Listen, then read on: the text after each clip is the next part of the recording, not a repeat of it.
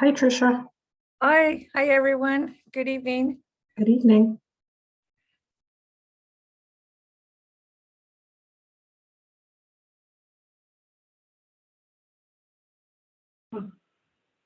Jeff, Yeah, can I just share my screen really quick just to test my PowerPoint? yeah, absolutely. And Jeff, did you send me the kind of order of operation script? Oh shoot, I did not. So it'll be kind of the standard. Yeah, sorry about that. Can you see my screen? Can see it. Yep. Yes, Tricia, we can see your screen. Okay, there's a full screen. Yes. Okay. Yep. I do have an agenda as part of my presentation.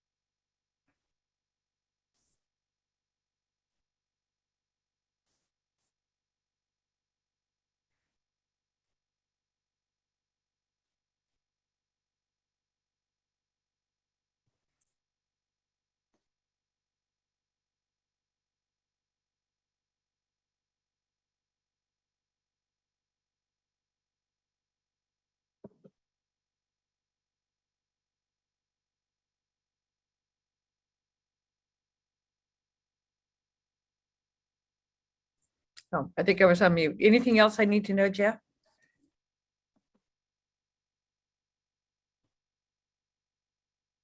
No, not that I'm aware of that we haven't already discussed. Yeah. Okay, great.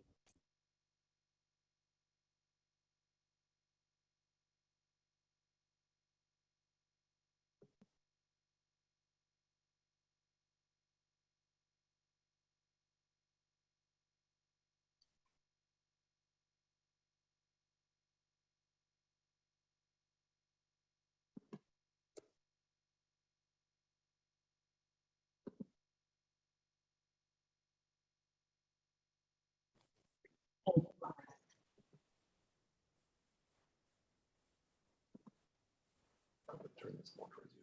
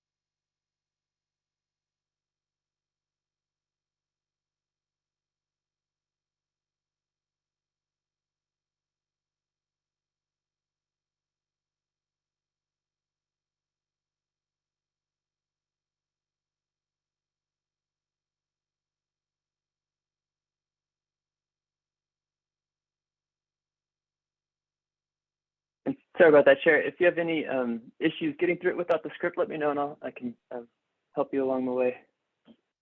Okay, I'll do my best.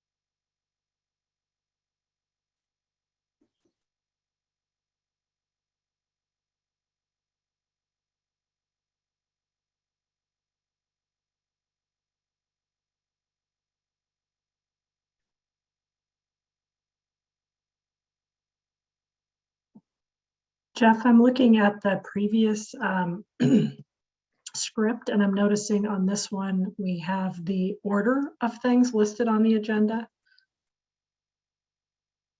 as, let's see, what number is it? Approval or revision of order of agenda items as the third item on the agenda. Is there anything I need to say about that?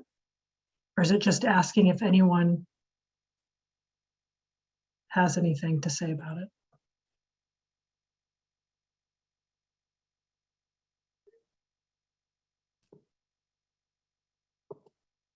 You're muted, Jeff. Thanks, Tricia. Yeah, so that item is only if a DRB member would like to change the order of items. However, since there's only one public hearing item, that would not even apply for tonight. Okay, got it. Thank you. Yeah.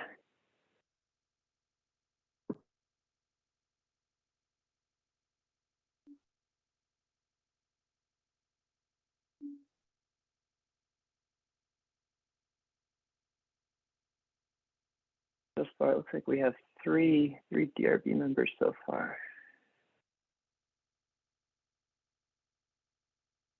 Hello, can anybody hear me? Yes. Is that I don't have a Zoom link, so I mean, what's going on? I can't get on. member Do you Paul? have to let me in, or? Yeah, member Paul. If you ever have issues connecting, if you don't get a Zoom invite, we can always use the agenda. Would you like me to go and email you the agenda and you can join through that way? Well, let me see. I've got the agenda, I think, but I didn't get a Zoom invite. You're right about that. Okay, yeah. Occasionally, there's been issues with that, and if that's ever the case, you can just join through the agenda link. Yeah, but I mean the email that I got from Danielle says join from a PC, Mac, iPad, iPhone. It says click here to join. And I clicked on that. It doesn't work. I mean, Okay, well that's something we can troubleshoot afterwards.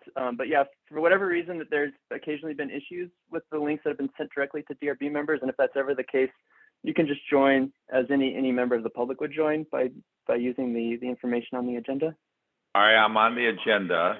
Where is that? To watch the on webinar? The tiny URL? That's the one. Yep.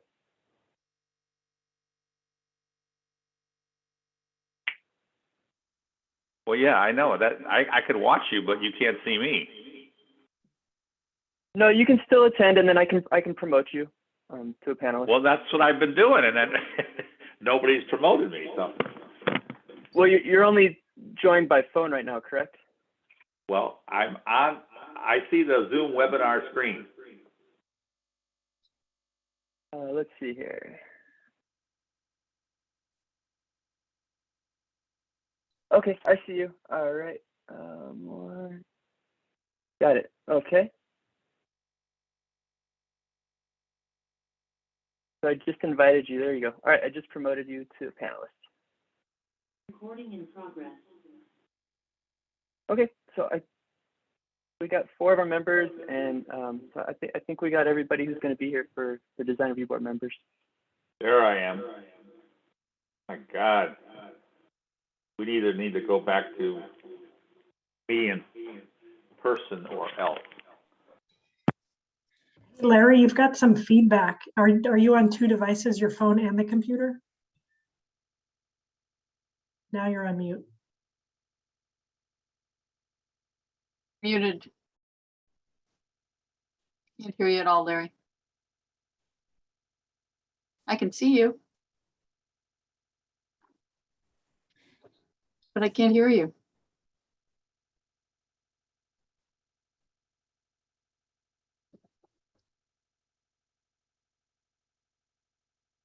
There, can you hear me now? Oh yeah, that's better. Yeah, Can you hear me now? Yeah. we got it. My goodness.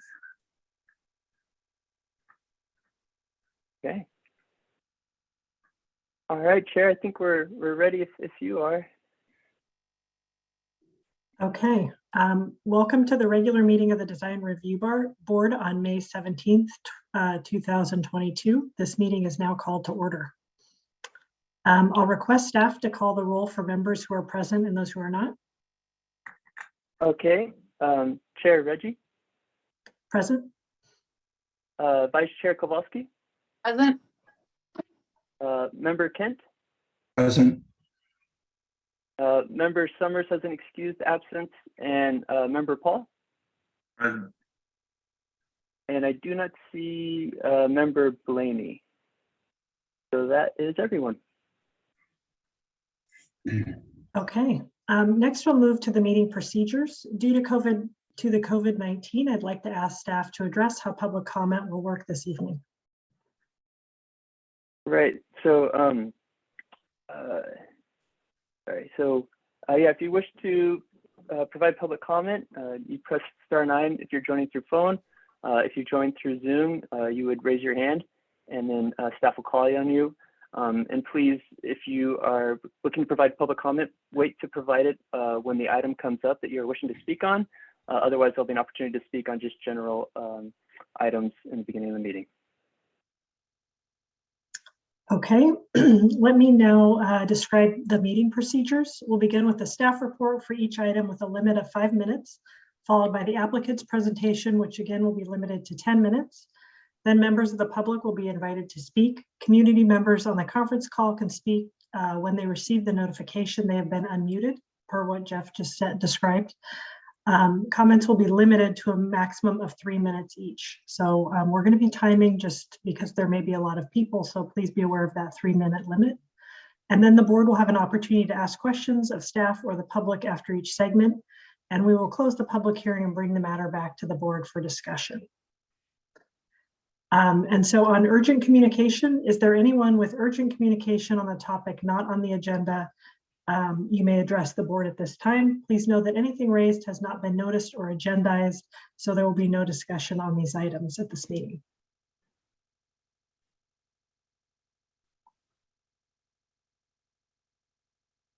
I'm sorry, Chair, did you, I just had to attend to a 4-year-old. Did you, what was that? I just talked about if anyone has an urgent communication.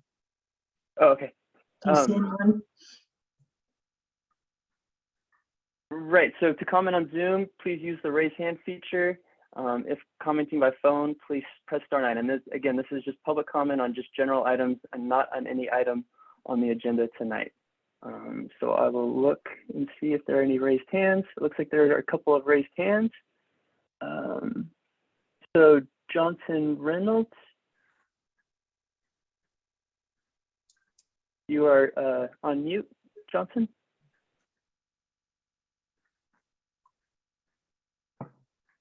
It looks like you're unmuted now.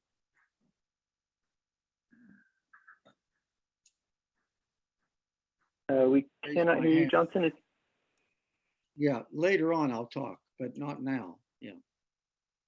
Okay. Okay. All right. And then Pam Reeves has her hand up. So Pam, you may wish to speak. I would just appreciate if we could see all of the commit board, design review board at the same time and not just the person who's speaking. That's every other meeting I've attended a Zoom that's been possible. Can you please make that happen? I think it's a setting on your computer. Right. That's a setting on your own personal computer. No, it's not. This is different.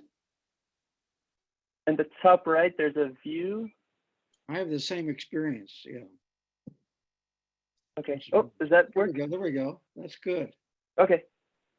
Hey, thanks for pointing that out, Pam.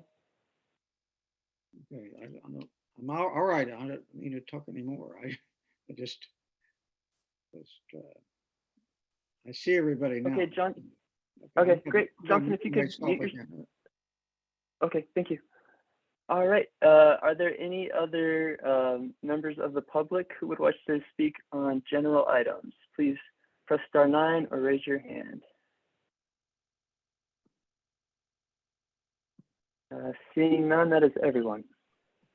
Okay, so now we'll move on to the consent calendar, which has one item, minutes from the March 22nd, 2022 Design Review Board meeting. Are there any comments from the public on this item from the consent calendar? So again, press *9 if you're joining by phone, or raise your hand if you'd like to comment on the minutes. And Johnson, if you'd like to go ahead and unraise your hand since it's still raised. And seeing none. I don't know why my hand's on there all the time. You can take it off, my hand off. Yeah, I'm sorry. Okay, you got it. Okay. Okay, is the board prepared to make a motion? And please announce your name prior to the motion or second. Member Kent moves to approve as submitted. Is there a second? Okay. Is there any discussion? Okay, seeing there's no discussion, we should move to vote. Okay. Member Reggie?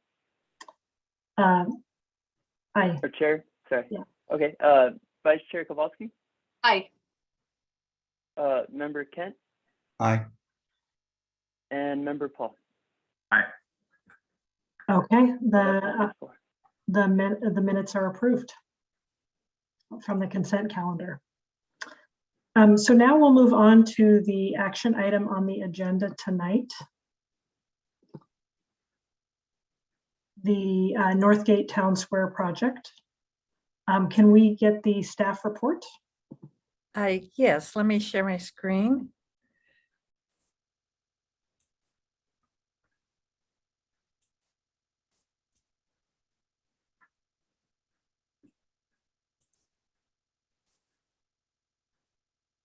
Can everybody see my screen? Yes. Okay, great. Good evening, members of the Design Review Board. My name is Tricia Stevens, and I'm the project planner for this project, and we're very excited to present this to you this evening. I hope that the board can indulge us. Because of the size and complexity of this project, our presentations will be a little bit longer than normal. My presentation's about 7 minutes and the applicant's is about 20 minutes, but there's a lot to cover. So what I'd like to do first is to outline the purpose of the DRB meeting. We're asking that the board review the revised plan submitted on March 14th and receive public comment. And the main goal of the meeting is for the Design Review Board to make a recommendation to the Planning Commission on design related items, including site layout, bicycle and pedestrian circulation, architecture, landscaping, and entryway features and signage. Just as an agenda, I'll be giving a fairly brief staff overview and then turn it over to the applicant for their presentation. Then we'd ask for the board to ask any clarifying questions to staff or to the applicant, and then receive public comment, and then turn it back to the board for comment and recommendation. Just a little bit of background. As you recall, there was a joint Planning Commission and Design Review Board study session on September 14th, 2021. And at that meeting, a number of comments were made. Some of the takeaways from the Design Review Board members was that you wanted to see a more robust town square that served as a keystone to the community.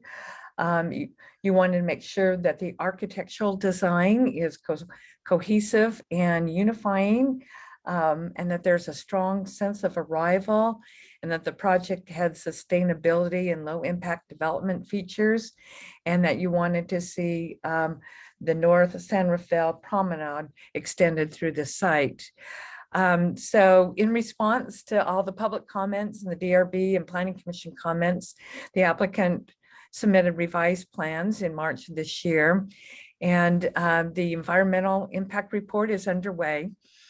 And on the right of the slide, I just wanted to remind the DRB of the overall entitlements that are being requested that will be ultimately heard by the Planning Commission and City Council. I also wanted to add that this project falls under the Housing Accountability Act, known as SB 330.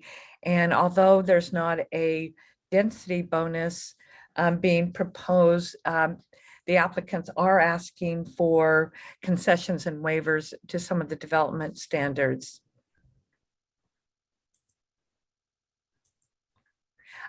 Just a review real quick of the setting, the 44-acre Northgate Mall site, bounded by Northgate Drive and Los Ranchitos Road and Las Colinas Avenue.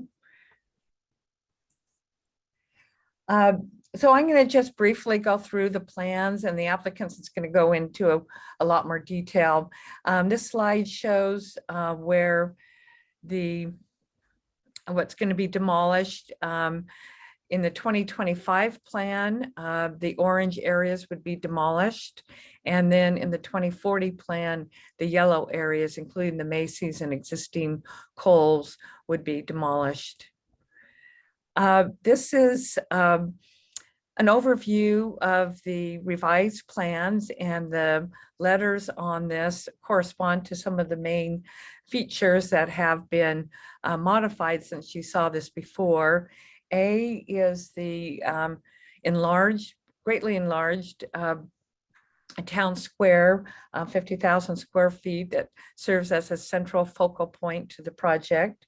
The B are housing choices that have been provided over on the south side of the site. 3-story townhomes are being proposed instead of apartments.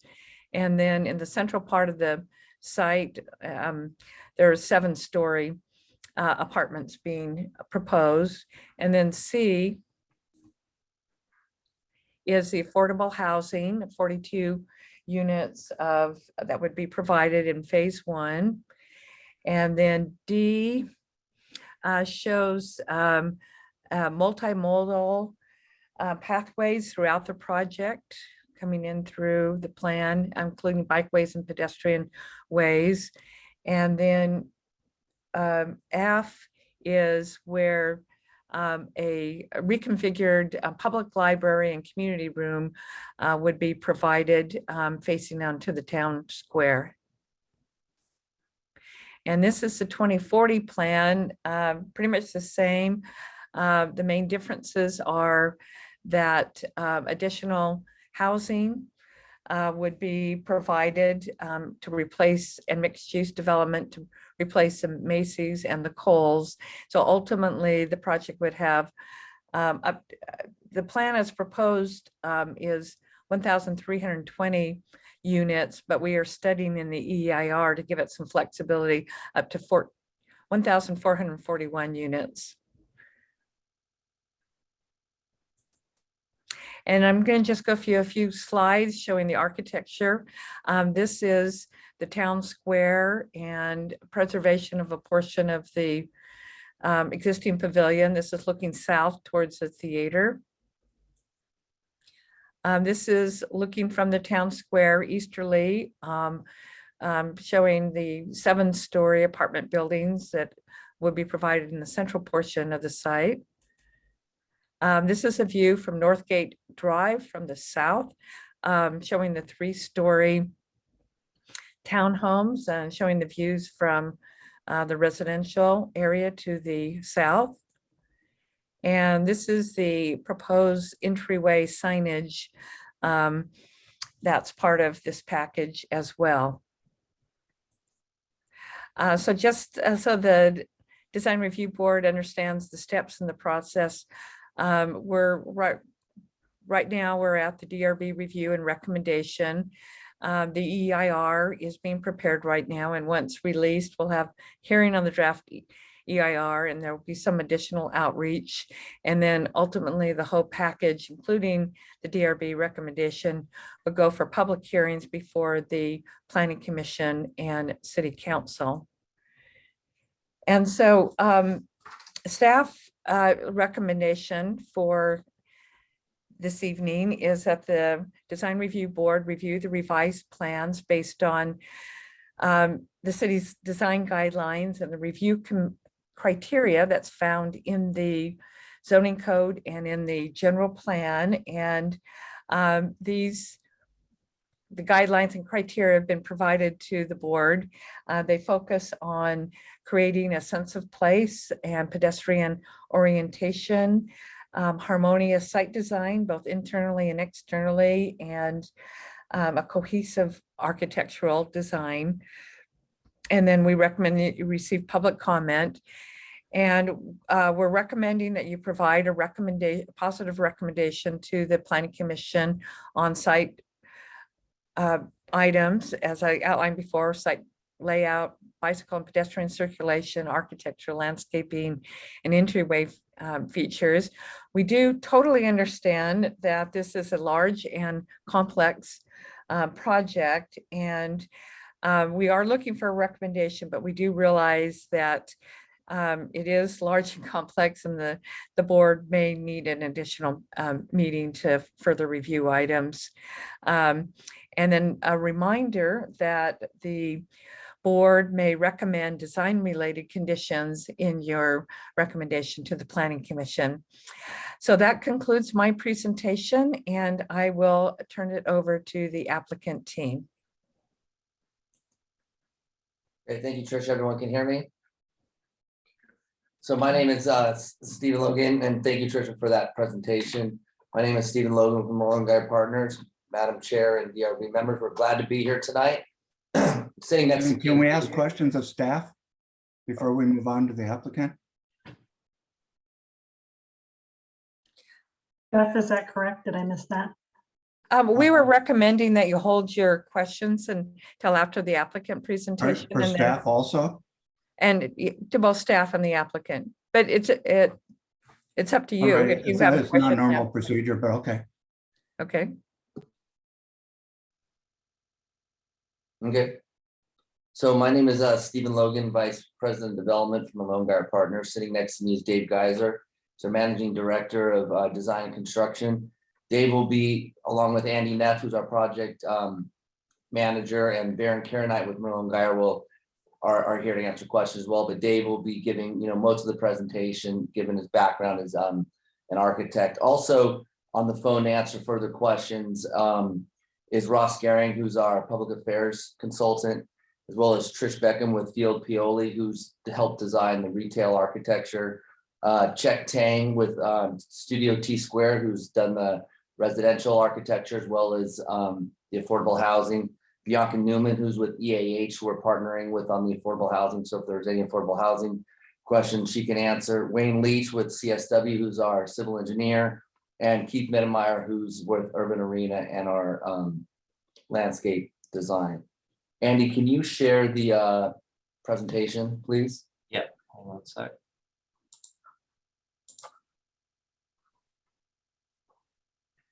So very quickly, as I know this, your purview is over the site planning and the architecture. We'll just briefly, Tricia talked about what our entitlements are on the next screen, Andy. And so here's, 7 things that we're going through and we're working through with staff. We're obviously working on our EIR, our technical studies, should be to the city here in the next 30 to 45 days. And then the city will then put together their EIR, which will be out to public comments here in the fall. And so we're very excited to be in front of you tonight to talk about the architecture moving forward. Really quickly on the community outreach, we've met with dozens of groups out in the community where we have listened. We came to the Joint Planning Commission and DRB meeting in September. We've held multiple community outreach, where we have listened, and hopefully tonight we show that we've been collaborative with those discussions, and we're here to show that we've listened and we're hearing the community and wanting to present what we've heard and some of the things that Tricia mentioned with the expansion of the town square, which we're going to go in much more detail, the changing of some of the apartments to townhomes. And so we're very excited to sit here and get some feedback from you tonight on this exciting project. It is one of the #1 projects in our company. And so we're very, very looking forward to your comments. And with that, I'll turn over to my partner, Dave. Next slide, Andy. It's taking a while. All right. Well, I'll skip the guiding principles then. So this was the original plan we submitted to you last September in the joint session between the DRB and Planning Commission. Again, we had gone over at that time how we'd come up with our site planning. The organization of the site has not changed, but there has been multiple changes to the plan itself. And as you can see here in our original design, we had multifamily 5-story product up along the south of the site, on the very south side of the site, across from the Eichler homes over there. We still had the cinema, we still had the affordable housing, and we were holding off on the central town center until the second phase of the project, based on some parking concerns that we had. Go to the next slide, Andy. And you'll see, and then there is the phase 2 of the plan. It's submitted last September, where we introduced the town center into the west end of the town square. And again, this was our original submittal. So now we'll talk quickly about the changes that we made to the plan. Next slide. So phase 1. First and foremost, you'll see the new and larger town square integrated into phase 1 of the project. Based on some design features I'll talk about in a second. We've moved that to the west end of the park and relocated the parking in closer proximity to the existing parking structure and the theater entrance on the west end of the park. We'll talk about size, but know that the town center has grown considerably in size, and there's a lot of other elements that we'll go into another slide. On the far south end of the site, we listened and heard the community wanting a different product types. So what we've introduced here is a 2 to 3 story for sale townhome product. We've gone from over 300 units in this parcel down to 85 townhomes. You saw a picture previously in Tricia's slides. We'll show you some more here in a second. Major change. However, with the loss of those units, we needed to find units somewhere else in order to keep our pro forma in balance. So what we've done is we've added those units into the residential towards the center of the project. You've heard about the increase to 7 stories, and again, using state housing density bonuses to allow us that height. And again, that was the trade-off here in all the discussions that we had. We listened in terms of wanting to provide different housing types and lower density products on the south end of the site up against the neighborhoods. And the trade-off for that was more density towards the center of the project, where there's not the impact on neighbors on either side of the project, where the cemetery and other commercial or real estate is. So that was a major change in the project. The other changes that we talked about, we've also increased the connectivity of the site by the roadways, and we've removed the park that was between the cinema and the residential for, and put that square footage into the town center now. We've also revamped the area in front of the cinema to change that to additional amenitized areas that we'll go into in a second. And then let's talk about connectivity with our next slide, Andy. So what we also heard loud and clear is that we wanted to see a better connection into the site and to the town center with a multimodal path. So what we've added, so we went back, redesigned how the residents were laid out, how our roadways worked, and we've now connected at Marydale and Los Ranchitos, where that connects down to the SMART train. We've now connected that multimodal path from that path up through the town center, through the bike hub that we'll be talking about in a second, and then connects all the way into the residential neighborhood, where we've now redesigned all of the streets. We've taken the on-street parking out of the project, put it into the parking structures that are surrounded by the residential units. And we've added class 2 bike lanes on all of the streets so that we're connecting off the bike paths, off the ring roads, into connect to the promenade, and all those connect then obviously around the promenade up to the northwest corner of the site, and then to the future connection of the SMART train to the east. Big change, took a lot of figuring out how we're gonna make room for all that, but that's another major change to the project and dealing with the connectivity for peds and bicycles throughout the site. Next slide. This just shows that we don't exceed the minimum FAR on site. We do have a minimal amount of parking to meet our tenants' needs, down 3.74 per thousand. And basically that's why the slide's here. Next slide. So square footage in open space. Open space requirement, we exceed the open space requirement. The original town square was around 30,000 square feet. That's gone up to 47,000 square feet. We now have a bike hub in front of the theater. That area is coming in about 14,000 square feet. And in phase 1, we're simply relocate or adjusting where the ice skating rink was up against Coles. And if you remember from our original meeting, we're shifting that over. We're shifting the roadway to have a better connection to the parking structure, but we're still providing that open space area. So we're up over,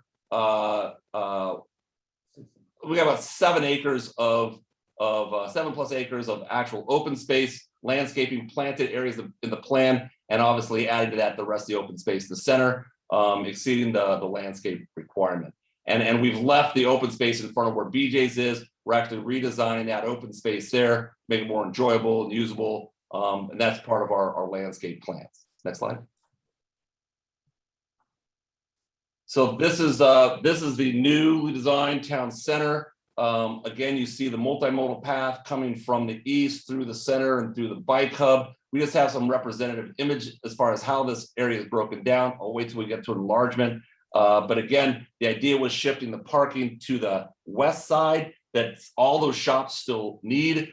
We've got parking around the park and in front of the proposed library location, in front of the theater as well, and the bike hub location there in front of the theater, where again, this is a place, it's a destination along the multimodal path for people to gather, hang out, get a coffee, juice, water. We've got some bike repair facilities there, bike storage in that area.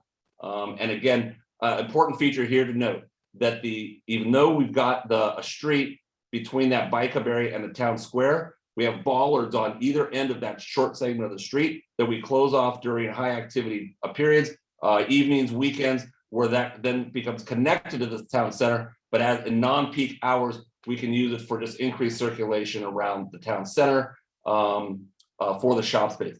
It should be noted in terms of scale that the size, just for comparison's sake, this town center is about the size of the Healdsburg Plaza. Those familiar with that, it's got parking around the side, shops around it as well. This is roughly the same square footage as the Healdsburg Town Center. Ours is more activated in terms, we have more things going on in here than Healdsburg. Typically, they just have the gazebo and statue and benches and just a lot of lawn area. We've got more activation hours, but the square footage is still the same. I'd like to note that one thing that we're keeping in our town center is the pavilion. And what that is a repurposed enclosure of the mall that exists today. We're tearing down the mall around it, leaving that section in place and repurposing that. It's actually going to provide space for covered seating, but also a stage and a backdrop that separates the town square from the small field of parking there. Next slide. So this is the enlargement. So what we have here is a large green gathering area around a stage with rock seating, surrounded by areas that has a fountain, child's play area, dog park, individual seating areas. We've got a swing zone with freeform swings that people can hang out and have a discussion, but swing in there, all connected by paths. We're using artificial turf here, just be water wise and sustainability. I'll point out in the renderings that are to come, this is a heavily treed area and these trees will grow and provide tons of shade. We've toned those down. In fact, throughout our renderings, we've toned down the trees so you can see the architecture. And so that was a trade-off that we made. So some of the architects, where are all the trees, where the landscape? We've screened those way back so you can actually see the architecture. We'll see that in future slides. And then over in the bike zone here, again, connected to the multimodal path, we've got bike cafes, we've got a fix-it hub, places to sit, fire pits, relaxing. We've got the Tivoli lighting overhead, so provide a wonderful atmosphere at night, and also connected to the activity of the theater, where we have outdoor benches and fountains for people waiting for the movie to start. Again, all connected around this the zone of the town center that's got highly activated shop space in front of the shops, but all as a community draw based on the town center. Next slide. So this is a 3D model, getting an idea about the massing and how this works. So in the foreground, you see the 2 to 3 story townhomes. That's been a big change, 85 units there. You see on the left, oh, by the way, inspired by Eichler design, we'll get in that in a second. We still have the affordable housing that we're working with EAH and our architect to develop now. This is our progress drawing. We'll show you a rendering in a second. This is a work in progress. This is still about 96, 97 units that we'd originally proposed. And this is going to be a sale of property to EAH to develop. So we'll see some renderings there too. But again, working very diligently to make sure the architecture fits in with the same quality as the rest of the center. On the parcel 3 to the right and to the east, we're still stepping down these units to 2 and 3 stories up against the street, but they step up to surround the parking structure behind. We see the theater anchoring the middle of the project there, and the existing parking structure that's got shade structures and solar panels up on the roof. We see the Kohl's building still existing, possibly re-tenanted. The park next to that, the major town center in the middle of the project. Next to that is our eastern parcel 4, where we have our 7-story housing product. Again, when we pull down the southern portion, we push up the residential in the middle of the project, overlooking the park. We see it's about the same. It's a little taller, but it's on the scale with the theater and with the Macy's building behind it. And then we see the retail beyond that. So massing, that's how this project's coming together in phase 1. Next slide.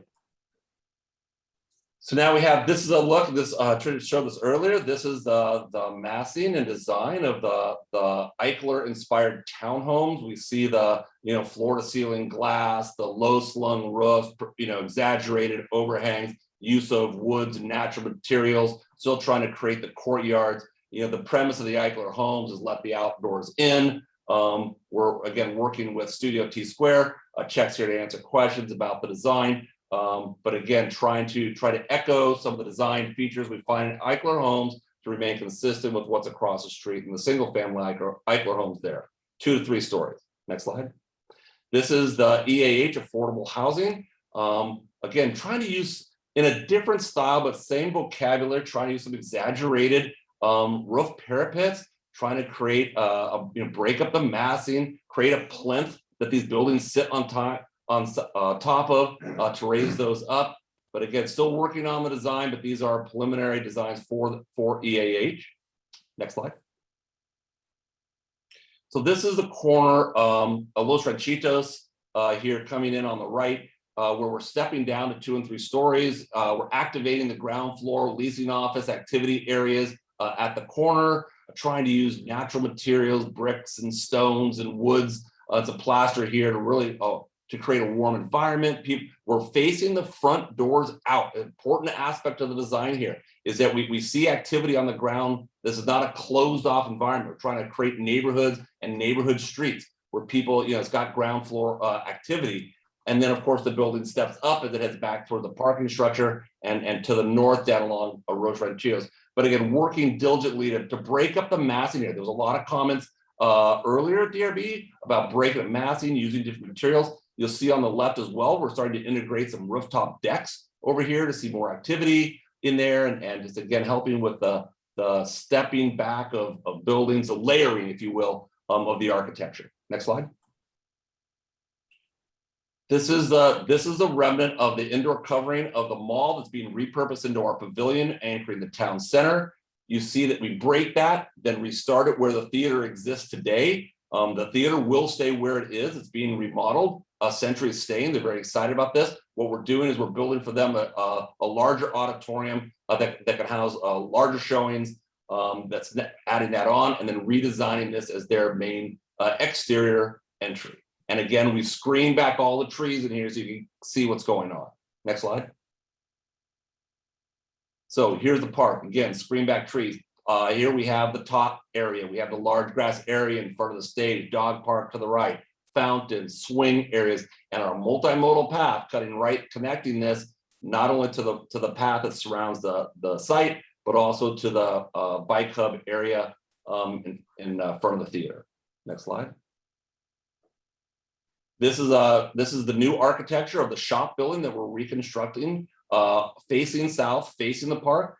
We see highly activated walkways, trellis areas, outdoor dining, sitting areas. We worked with Urban Arena to design a streetscape where the walkways are still bifurcated from the roadways here with planter areas, but a lot of connectivity through the site to help activate the storefronts. Next slide. This is parcel 4. This is a 7-story structure. As we explained before, the thinking here was to try to create a building here that looks like it was developed over time. Perhaps it was an old warehouse building that's been converted over time, but a lot of play in the push and pull where we're still creating balconies, different roof lines, different colored massing, different colored sections of the building and how they operate to help break up the massing. Ground floor retail here. And again, we're proposing over on the right where the library and community room going, facing the park. And now we've got the multimodal path coming in across the north side of this building. Again, using metals, bricks, plaster, a lot of different materials to create visual interest. So this is the park in phase 1 that's up against the Kohl's building now. We're proposing to add shops along the ground floor where there's blank wall now facing the park. And Ounces is currently open if they're not already out there. We're proposing relocating them just across the park there around the existing oak tree that's going to remain, where they would find a new home anchored on the park of the same size that exists out there today. So a relocatable ice rink would find a home here as well. Next slide. And lastly, redesign the front of the building to take what's there today and potentially re-tenant that if something were to happen to Kohl's. Next slide. Here's your guiding principle. So there it is. Yeah. So this is just real quick. We've talked about this before. We've worked with planning staff. We've worked with the city to create guiding principles that really guide our choices as we move through the project and with our design. And we talk about a lot of sustainability. We talk about connectivity, internal and external. What makes a vibrant mixed-use community? So I just wanted you to know that we have established guiding principles that inform the decisions that we're making. Next slide. Andy, would you talk briefly about some sustainability? Yeah, briefly, we know that sustainability was one of our guiding principles. And so we are aggressively looking at where we can obviously reduce carbon and energy, water reduction, and obviously bring the positive impact of this project upwards. And so kind of briefly try to just highlight some of the real high level things that we're looking at, EV charging stations, pushing the residential and committing to the residential being all electric, trying to commit all new retail construction, push them to be all electric as well.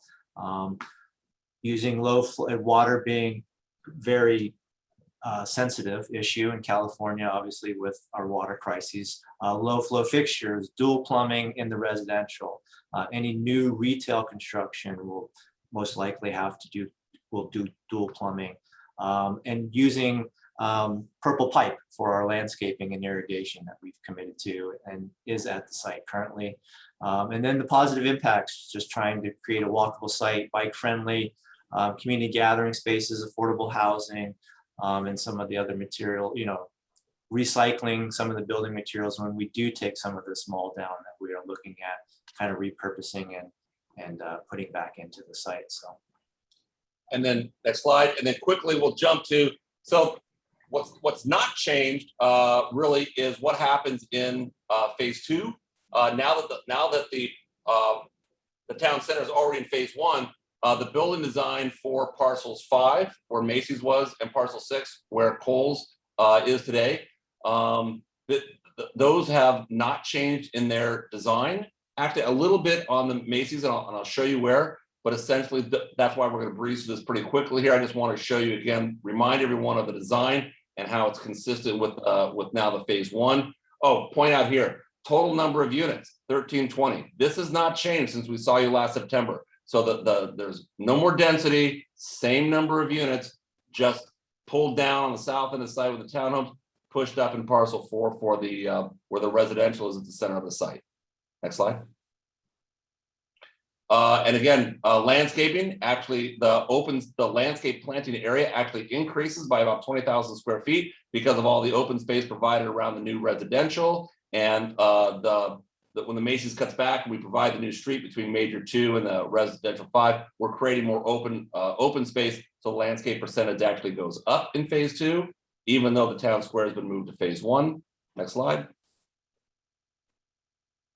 So this is the corner of what you currently see as the entrance to the mall on the north side and what is currently the Macy's. Again, we're looking at 5 stories of residential or 3 over 2 stories of retail where it occurs. Retail at the ground floor, 3 levels of housing up above, breaking up the massing with different design and materials, plenty of balconies and a variation of roof heights and roof types, again, to create visual interest and to break down the massing. Next slide. This is the same. This is the corner of the residential 5. It's facing the park. Retail on the ground floor. In front of you, activated leasing area and other activity areas for the residential in the middle. And again, really breaking up the massing to try to look like a true downtown with the different types of buildings that are going on. So even though it's all residential above, it's looking like different buildings were created here with different architectural styles. Love to get your input on this, but we've really spent a lot of time with Studio T Squared to create this dynamic residential frontage that is trying to really break up the massing of these 5-story buildings. Next. Just a note on time, you're coming up at over 25 minutes. Okay. This is it. So we were asked to create a better gateway entrance into the site from Marydale, coming into the town center. So we've worked on the architectural design, both on the parcels 5 and 4, with landscaping, multimodal paths to create more a gateway entrance into the site. And you see some of our signage there. Last slide is the parcel 6 building with 3 stories of residential over 2 levels of ground floor retail. Here facing the park, activated storefronts, wide sidewalks. Again, screening back trees, but again, trying to use different materials and openness in the design. And sorry to go long, but there's a lot of buildings to look at. That concludes our presentation. Thank you. Does anyone on the board have questions of the staff or applicant? I think Jeff, you had something. You want to start? Sorry, other Jeff. You're muted, Jeff Kent. Jeff? While he looks for that, does anyone else on the board have questions for the staff or applicant? Sharon? I wonder what percentage of, how much green space is needed to be near those apartment buildings? Like what's the percentage or what's the requirement, staff? I don't have that number right off the top. Overall, the project's required to have 15% landscaping. I'll need to go back if you give me a couple minutes to look at for the residential only what the open space per unit is. Yeah, because they're individual lots, so they'll have, I Right, think, requirements per lot. right, Let me go back and check those numbers. Give Thank me you. a few minutes. Sure. Anything else, Sharon?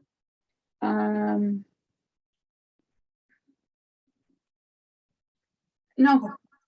Larry, Okay. Larry? Is Sharon done or she still has? I'm done. I reserve the right to come back. Sure. Just a clarification, the previous design only had 5 stories, right? And now we've got 2 buildings that are 7 stories. And they are across from was it Almavia and the Cemetery Chase Bank sites? So only parcel 4 immediately to the east of the park is 7 stories. The building on to the south of it goes from 2 to 3 and all the way up to 6 around the parking structure only. All the Macy's parcel 5 and the Kohl's site parcel 6, those stay at 5 stories. On the southwest corner of the site, isn't there 2 buildings that are 7-story? No.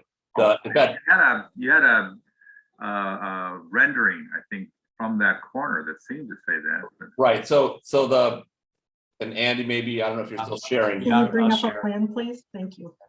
There you go. So that residential parcel there starts residential 3 and residential 4, are they 7-story or not? Residential 4 is 7, residential 3 tops out at 6 on the just around the parking. Around the parking structure, 6 stories, and it steps down to 2. Okay.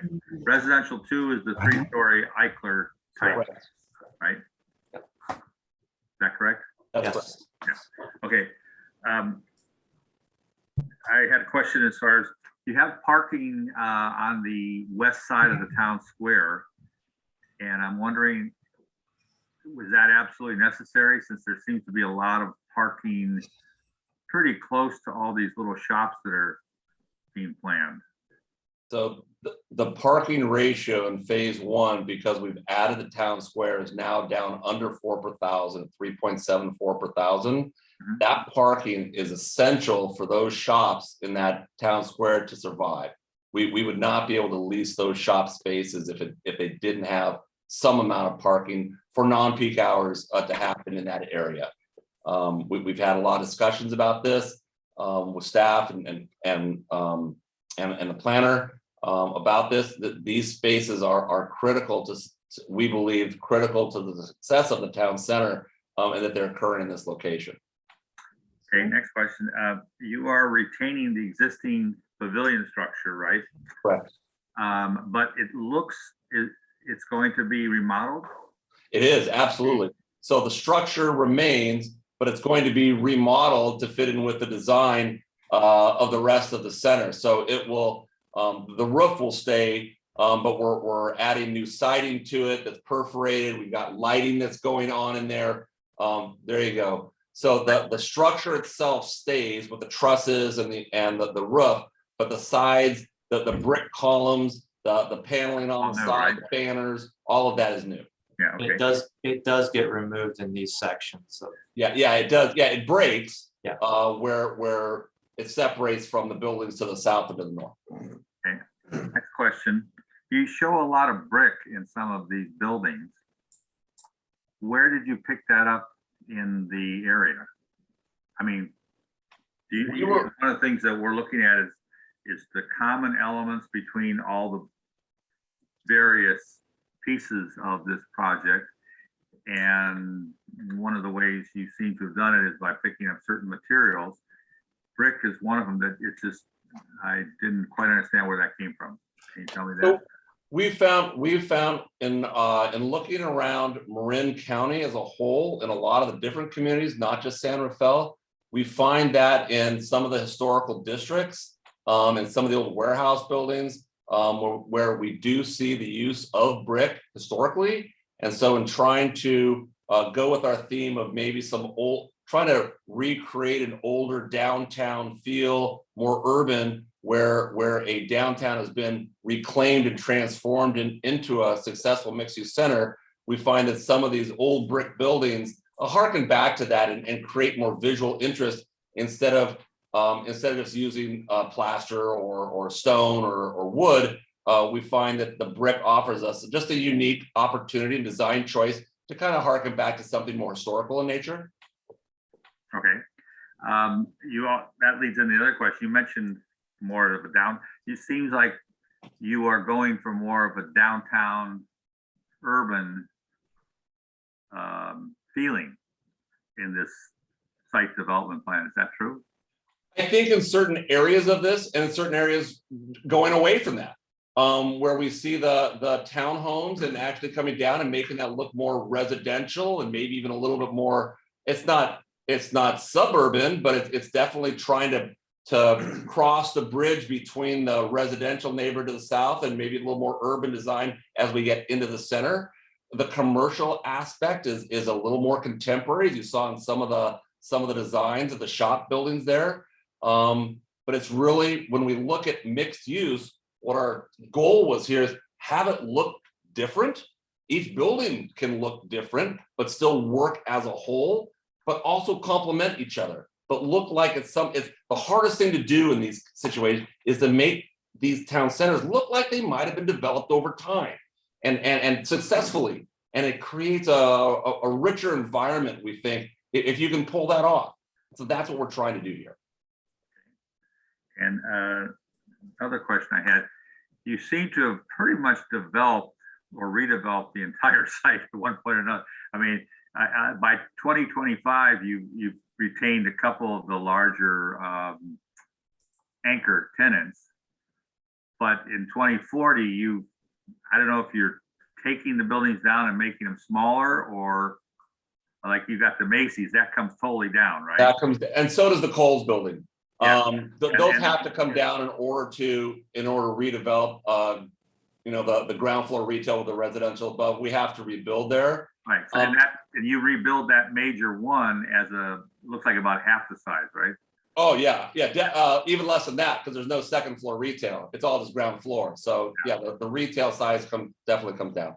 And the major two is, I guess, not there right now.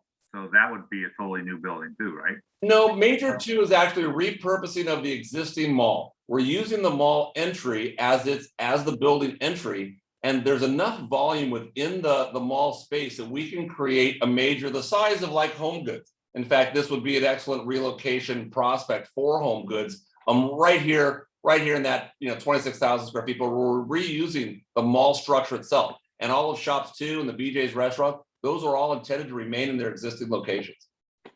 Okay. And then I guess my last question is, since you've redeveloped pretty much the whole site at one point or another, you did not touch the two-story garage behind Kohl's, and I'm wondering why you didn't touch that. Well, we did touch it. Yeah, we're leaving it there, but it gets a complete facelift on all four sides, shade structures, new lighting, solar panels up above. So it'll look new, including vertical transportation at the corner there, proximate to the town center. So it will look new. But the structure itself, we thought it is well placed. It's not in the town center. It already exists. Let's repurpose, if we don't have to tear it down. If we tore it down, we simply rebuild it. And currently it has a second floor access into the second floor of the retail there at the south end of Kohl's. So we're planning on leaving that there for now as well. So again, trying to repurpose where we can. Did you ever consider locating some of the housing over there? We did, but then we'd have to rebuild the parking structure somewhere else. And that seemed like a good place to put leave the parking structure. So we're, in a perfect world, will the cinema go where it is? Maybe, maybe not, but it's there. So because the cinema's there, we want the additional parking to be proximate to the cinema that's going to drive the most amount of traffic. And since the town center for event spaces will need parking for events, and if there's events going on like 5K or a concert series, whatever, that is to be the parking for those events. Okay, that's my question for now. So Tricia, did you have a response to Sharon's question before we? I have to apologize. My computer is stuck on some of the plans. So I'm still looking for that, but it's really slow right Okay. now. I can, So, Then we can move. actually, I can. Oh, go ahead, Chair, Jeff. I can provide some information on that. So, Okay. okay. So this property is currently in the general commercial zoning district. The zoning for general commercial actually does not require any usable outdoor area. If it were in a high density residential, there are standards for that. And that ranges anywhere from 100 square feet per unit to 200 square feet per unit. However, these guys are looking to do a PD. So they would, potentially have their own standards around that. Hopefully that provides a little information. If you want to promote Keith Mittermeier with Urban Arena, he can probably answer this question. Yeah, I think that- Oh, sorry, Keith? Sharon, is that answer your question? Yes. Okay. okay. I Yeah, if you think- want to know the specific ratios, I can't get it pulled up, but the landscape architect could speak to how much is on each of the residential sites.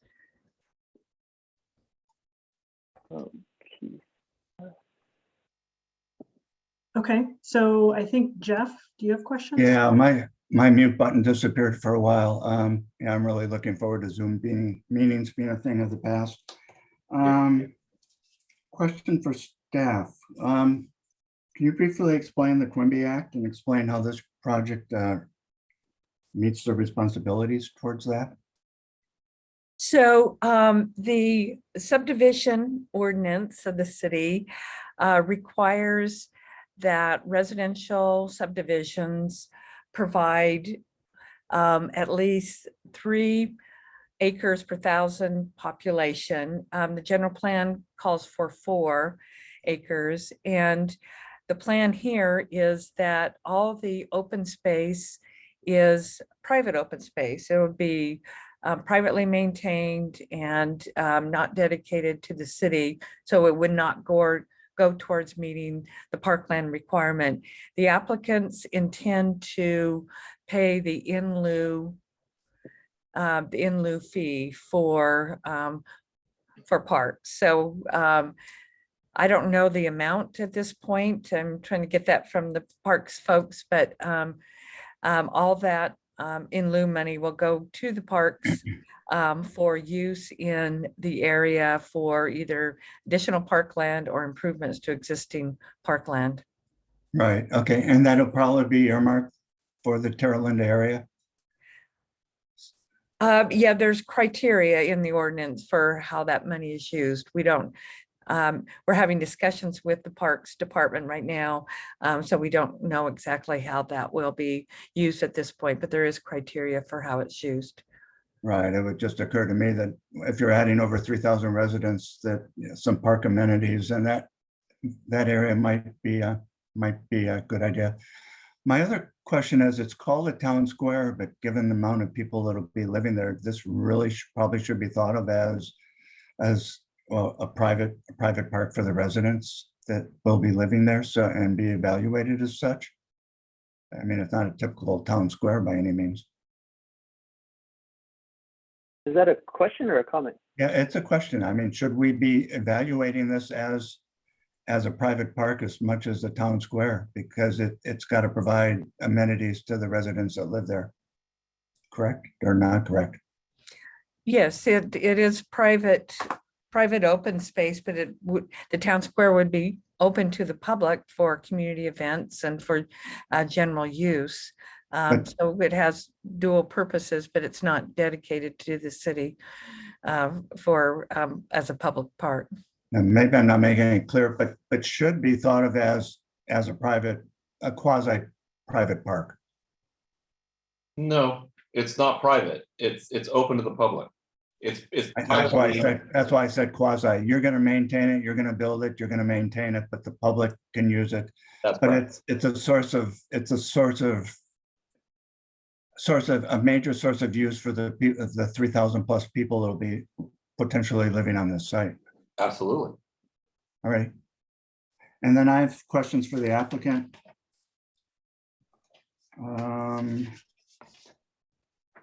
I guess some of the retail paths will be sold And what is there any control that the architecture would be harmonious with the rest of the development? First of all, that pads are being sold is not a given. We haven't evaluated those individual deals as of yet. We've proposed in our package sample architecture for the pad buildings. If we end up building the buildings ourselves to lease to individual shop tenants, that architecture gets reviewed and it's for your design comment. Those designs are in your package today. If it's ground lease to, let's say, a restaurant, and they have a different design or identity they want to convey, that design goes through the plan. It goes through the planning process. Okay, no, I got it. Okay, I got it. Thank you. There's one place in the town square that's labeled public gardens. Is that just an ornamental garden? Trying to figure out what that actually means. So I don't think our plans show public gardens, maybe community gardens. Now that the land is being sold to EAH for affordable housing, they have the opportunity and probably the strong desire to create outdoor garden spaces for their residents there. So those are no longer community gardens unless they choose to open those up to the community. And if there's a strong demand, we can certainly look to create more community gardens in our plan, but those are the only garden spaces on the affordable housing parcel 1. Got it. And then my next question is, as you say, you exceed the landscape requirement. Is that still true if you lose the large green parcel near the existing Coles? Yeah, so the trick there is in our original proposal, when we brought the town center when we brought the park into the town center, it was at the expense, it was a trade-off between the park that was shown there originally. And so it's bigger. So we gained square footage in park. We still do, even though that goes away to develop the housing on parks, if and when that gets developed, yes, that goes away, but there's still more open space area provided in phase 2 than there was. So the open space hasn't changed the overall open space hasn't changed in phase 2. It's just been transferred into phase 1. And so the bigger park transplants in phase 2, the loss of the Coles area. Does that make sense? So the short answer is you still meet your landscape requirement if that area That's is correct. developed as for housing. That's correct. And then my last question is there a storm water management plan for this project? And how might that impact the landscape? So yes, there's a storm. There's no treatment of any water that falls on the site today through all of our C3 programming and how our water management plan. All the water that falls gets treated through natural means before it's discharged from the site, and all that detailed program is in our package with our civil plans. But yes, there is a stormwater management plan to filter and treat all the water that falls on the site before it leaves the site. So you don't have the need for retentions? No retention, no. Okay, good. Thank you. Those are my questions. Okay, I think, let's see, Sharon and Larry, anything else before I ask my questions? Could I see the entrance from the north side? Is that a question to maybe Andy had the presentation? Yeah, in the presentation, Oh. I don't think we had one from the north. Are you talking about? what are your main entry points? Entry points was right here. Share my screen.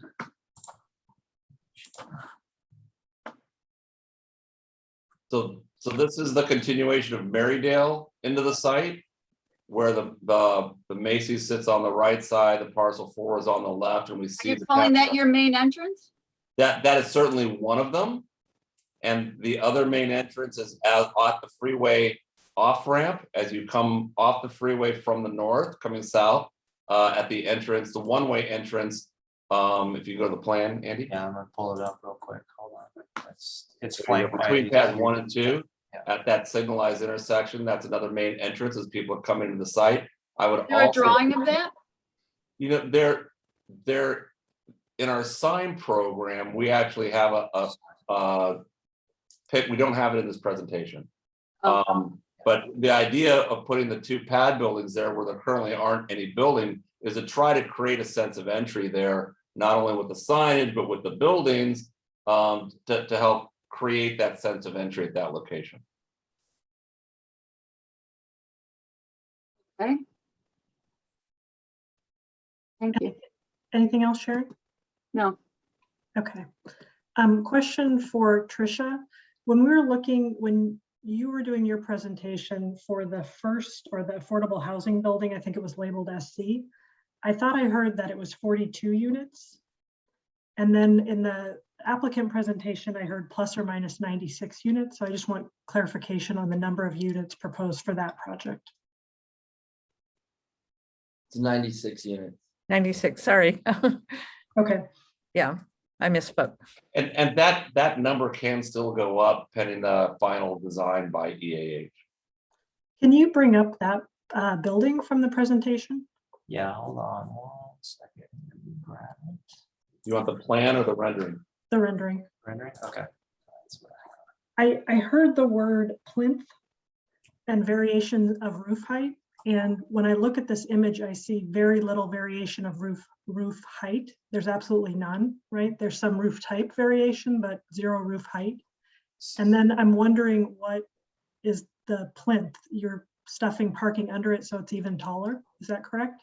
Well, so the design, the way this building is sited, the street is actually higher than the site itself. And so the parking is underneath the building. So what we're doing is creating green screen around the parking and creating a plinth is the building base. So we're creating with a different material, different colors, that base of the building that the residents actually sit on top of. And so architecturally, it helps to seat the building, if you will, and bring the residents up kind of out of the hole, if you will. But that's the plinth I was talking about. Do you have a drawing that shows that like section condition that you're talking about? We do in our actual submittal package, but not in this presentation. Okay. what is that I didn't plinth? see it. Is it parking? Is it Under- stores? So that is green screen placed in front of ground floor parking. So you see the parking, there you I go. see it here that there's parking here and then the community services kind of wraps around here. We're working with EAH right now to push all the community services to here and keep the parking under one section of the L, so to speak, so. But it's still open to the parking lot on the north, and through green screen, there's openings out towards the, just again, to create light and ventilation into that area. The variation on the roof is on this building is really more to do with the extended overhangs. And then we have some roof variation at the tower elements where you see where those poke up higher than the connecting spaces in between. So there is, and over on the right-hand side where we see some variation in the roof between the taller tower and the other element. So again, speaking towards the projection of the roof and also some of the roof height, roof parapet variation in between the building blocks.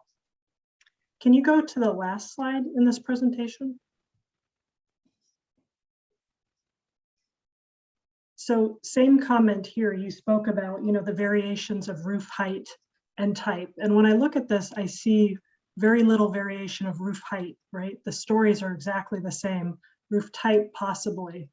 So I'm wondering why there wasn't more consideration for the volumes to really manifest that variation of roof height. So so the corner tower that you see in the white does project above and higher than the block on either side. The other thing we do is we push certain, so in the middle of this building, you see the middle section pushed back to have a roof deck. So even though the roof might be the same height as it wraps around behind it, we provide a trellis at a different level up front, and the building height that's set back from the street, actually you don't even see. So there's actually the void created in the building massing right there with a varied roof height. So at the end of the day, there's not only a push and pull of the facade, not only with the glaze and the balconies, but the unit, the massing itself, there is variation in the parapet type and height. If the comment is you'd like to see more, we certainly can endeavor to do that. Can you also show the building, the one that has the retail facing south? I think it was. Is this the Yeah. shops 2A? Shops 2A, yeah. This one. Yeah, that one. You know, one of the things I noticed in the sustainability slide was that, and that'll be my next question, a lot of those measures identified, I believe, are the minimum code requirements. So have you guys done any climactic studies to show, you know, this I believe is facing south? It is. So the horizontal opening is appropriate, but you have a lot of south facing glass that is totally, you know, unshaded by those. Have there been studies, or is there an intention to have those exterior studies so that that can truly be, rather than ornamentation, you know, working awnings and overhangs? So we do provide the overhangs and the trellises to shield some of the, you know, the glazing from the sun. I will give you that on the right and left towers, we try to provide open storefront for tenants, just for retail tenants like glazing. Should we provide more overhang there? Possibly. I think that's a good comment. We'd probably provide more awnings and shade elements over that glazing. In this rendering, we're trying to keep things very, very simple and kind of a mid-century modern contemporary here. But I can see that the need for additional awnings over that glazing. Yes. Okay. It's also subject to the tenant's needs and desires as well. Well, I think that could be true, but we're trying to, you know, provide a cohesive architecture style. So we want to have some control over that. I think this is a question for Tricia. The applicant made a point of pointing out that 1,320 units is the, you know, proposed, and that's what was proposed. And then in the EIR, I heard 1,441 units. And I know that's not the purview of DRB, but I don't understand what that 100 unit difference would mean to the project, or why that, you know, is the case. Can you explain the intention there? Well, the intent is to provide flexibility going into the future. You know, this is a long-term plan and conditions may change. And so it was felt that studying up to 1,441 units would provide some flexibility as the market and conditions change over the life of the project. So how would that work with, say, you know, a 7-story building now? If you're looking for, you know, to put another 100 units, would it have to come back through the process to be now a 9 or 10-story building? Yeah, if they increase the height over the 7 stories that's proposed, that would come back for review. Okay.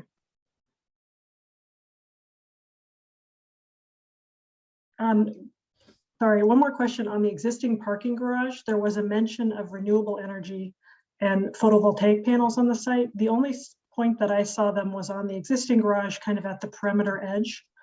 Are there additional areas where renewables are planned for the site? There's a lot of roofs. I only saw PV on that one like strip around the parking garage.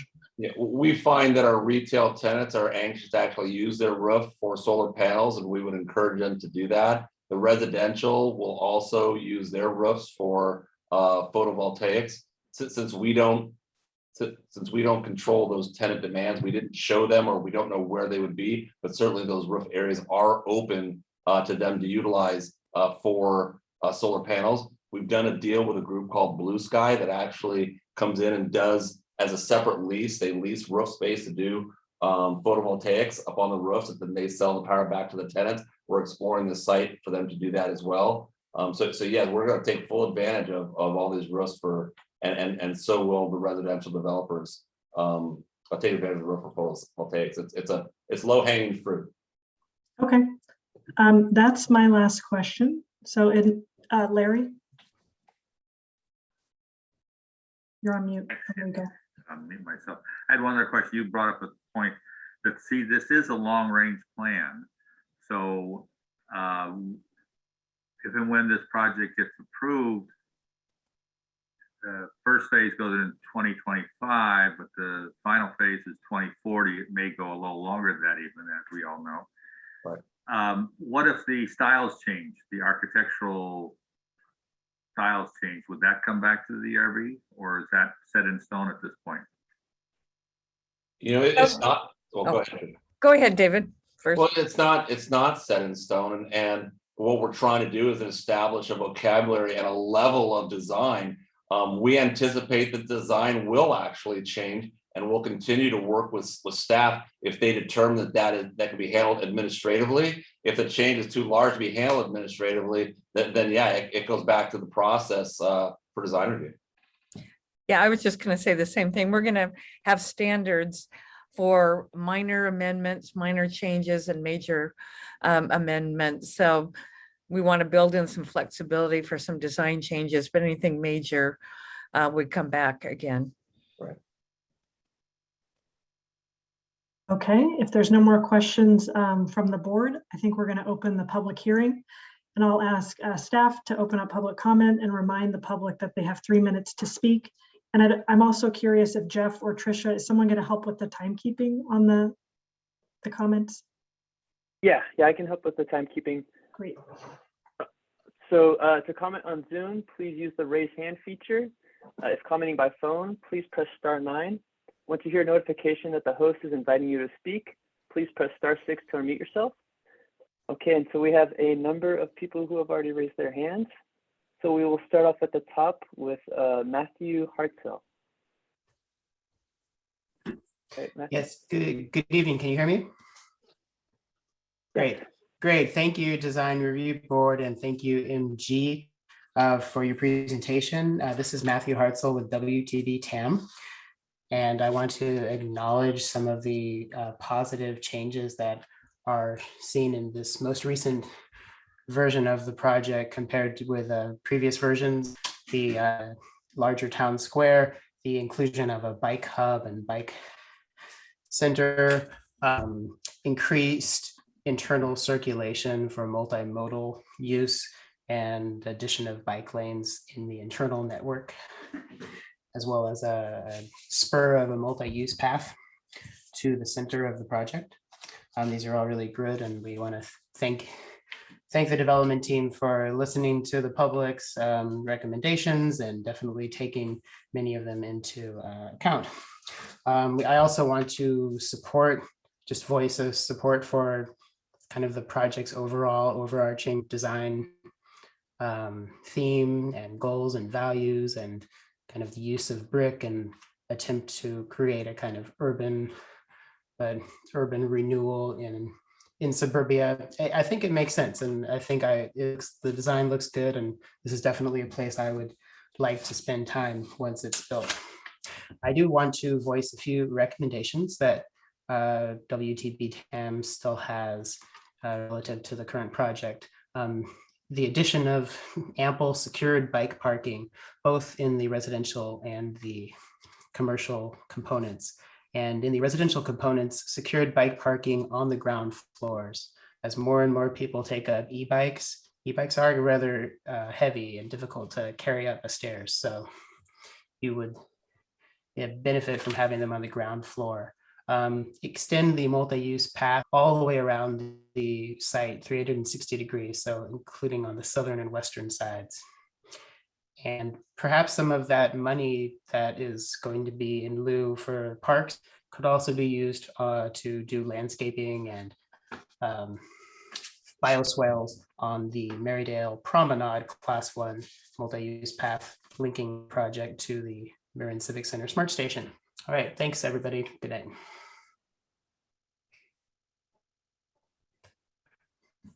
Okay. Next commenter is Pam Reeves. There we go. Hi, thanks very much for giving me time to comment.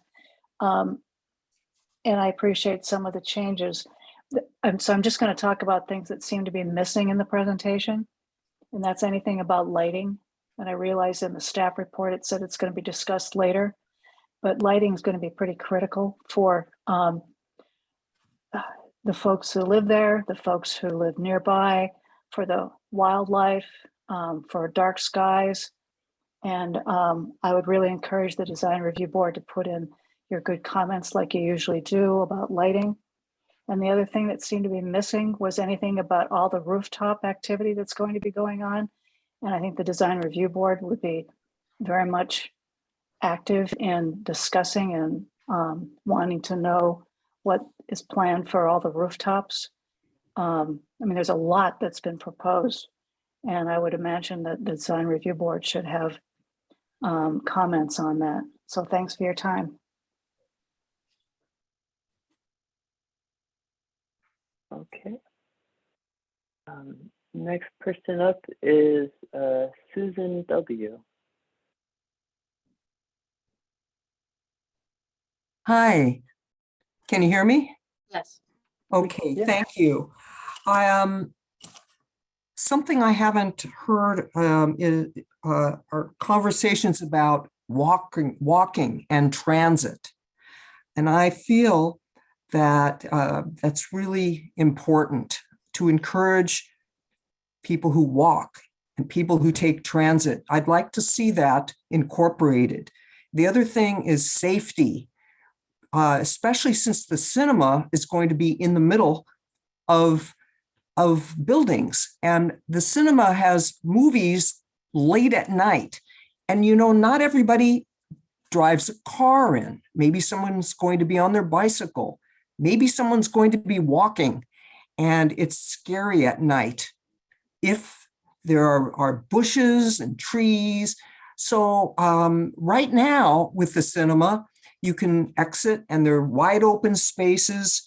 And even though it might be very late, it's a feeling of safety. But I get a sense with tight spaces.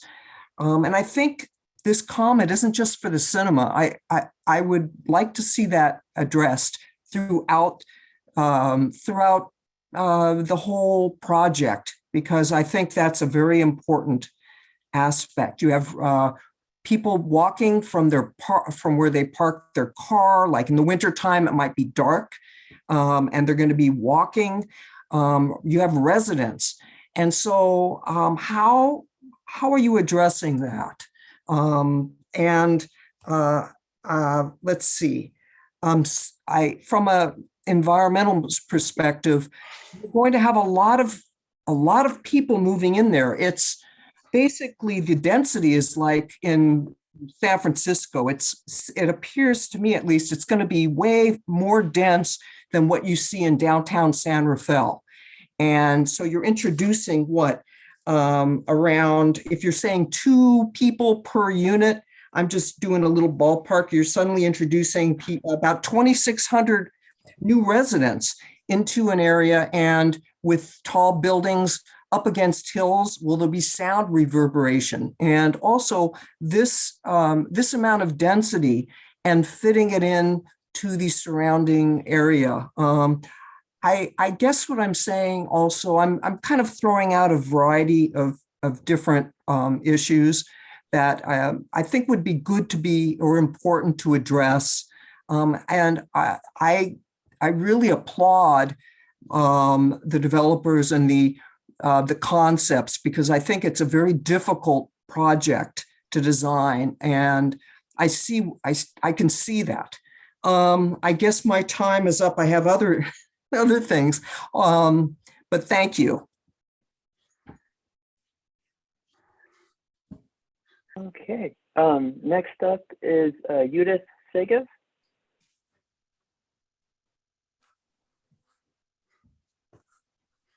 Judith,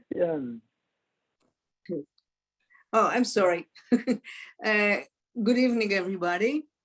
And my concerns is, actually, I agree with Sarah. It seems to me that more trees are really needed in this place, because, you know, with warming, with global warming, we feel the heat, and I think that if you build such a nice park, maybe you want to consider more trees for shade. And another concern is, I don't understand how all these residents where will they park? I mean, how many parking lots the plan provides to all these tenants?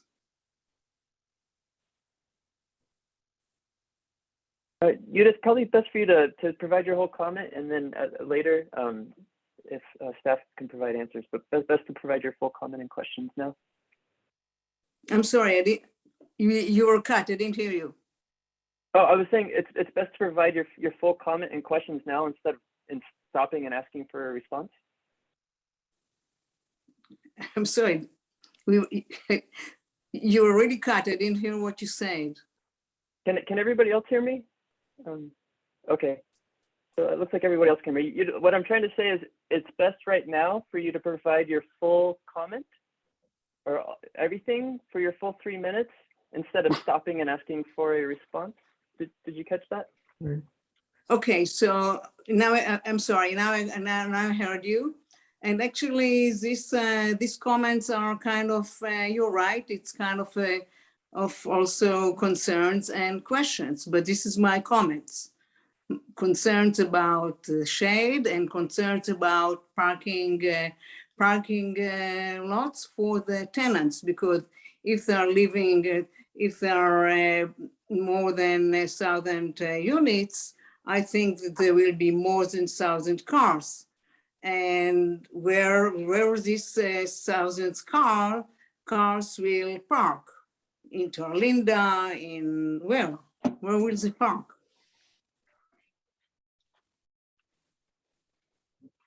Thank you, Judith. Okay, we'll just keep going Thank you. down the list. Yeah. All right, next up is Mary Ellen Himmel Ovadia. Okay, got it. Hi, can you hear me? Yes. Good, thank you. And thank you all for all the information. I'll be very concise. I have 3 questions and it would be great if they could be answered on air. The first has to do, very quick question, when does Macy's actually come down in this long-range plan? Question number 2 is a bit more complex. It has to do with the demographic mix of housing. We had learned in prior presentations that there would be a mix of low income, there would be regular rate apartments, and also purchase, the opportunity for people to buy their homes. And I believe in the presentation that was made by the applicants, we only saw the facade of the low-income housing, and we learned nothing about market rate apartments nor about homes to be purchased. And I think lots of people in the neighborhood, as my husband and I are, feel that a mix of demographic mix of residents will add to the richness and the stability of the whole neighborhood. So I very much want to know what the plan is for homes that will be available for sale, townhomes or whatever they are. I believe that's very important. Lastly, what are the plans to mitigate problems with local traffic coming from the San Pedro exit and the all of the exits in the area, namely San Pedro, also Lincoln, which would provide the access, local access to this new planned community. We live on Los Ranchitos, off of Los Ranchitos Road, on a very small road going up the hill. And we really would like to hear more about the impact on local traffic. So I have lots more questions, but I want to be very brief and succinct and hope to spend the time I would otherwise take in making my comments and getting some of the answers. Thank you so much, all of you. All right. How was that? So I know, Marianne, you asked for responses already. That's not typically the process, and Chair, DRB members can jump in if they'd like to handle things differently. But actually, all of those questions you raised are really more in the purview either of the Planning Commission or not really in the purview of the Design Review Board.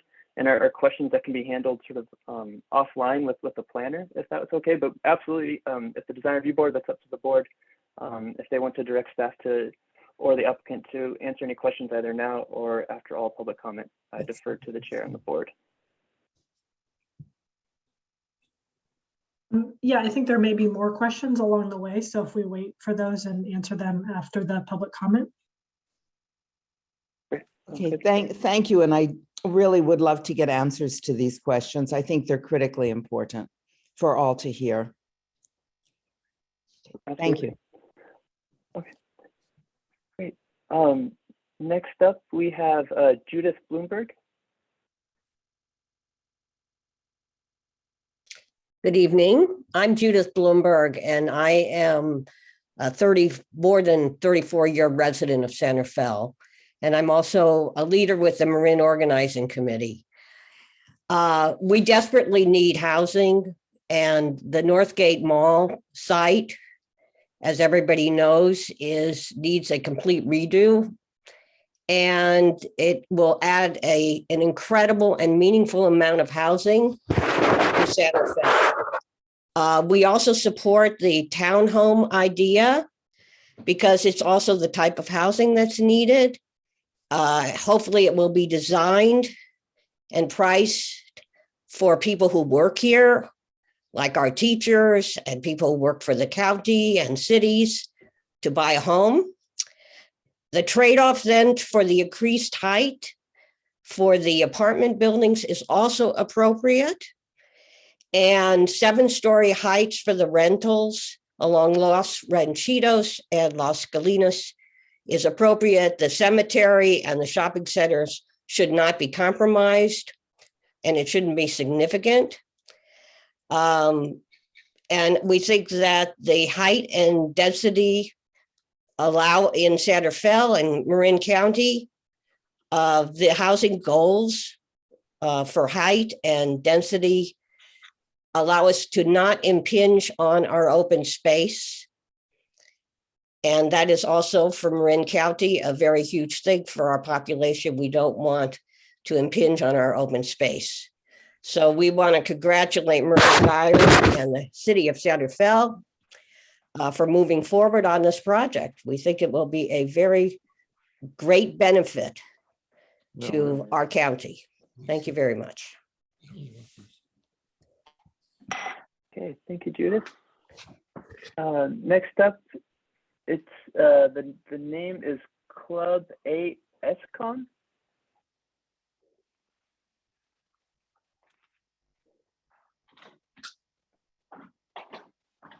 Club ASCOM, if you could unmute yourself. Yeah, no, yeah. Can Go you ahead. hear me? Yeah.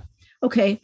My question deals with the additional serious increase of traffic on and off our freeways and around our neighborhood, with thousands, literally thousands more people, more school kids going to school, and more people impacting the roads. We have basically 2 ways on and off the freeway.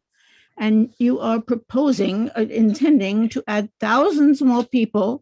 How will this be addressed? Are these people going to be driving around our residential streets? I live very, very close. I can walk to the mall.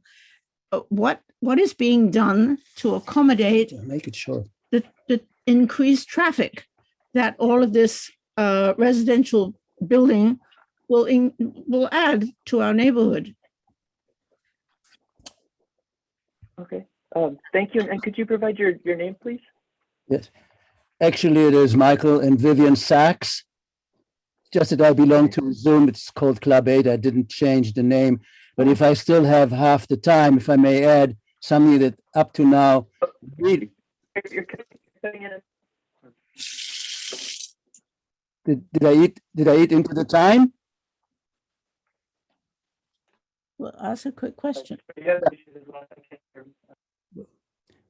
Well, I cannot hear you that well either. My question to you is, to all of you, is what about the water consumption? Yeah. Another,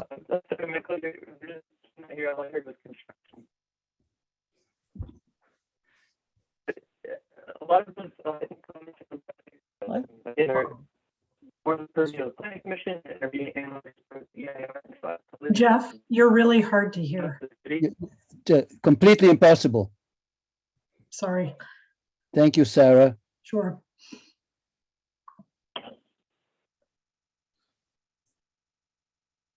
Can you hear me? Yeah. A little better. Okay.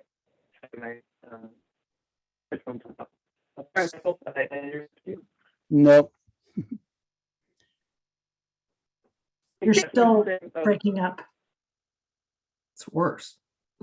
I don't know if Tricia, you want to jump in? Yeah, I don't, I wasn't planning on answering any questions right now. We can talk about some of those items at the end. Yeah. Unless the board would like me to answer. I'd like somebody to answer. Well, we'll have to wait to the end. Yeah, we're going to collect the questions and then answer them at the end of the public hearing. Thank you.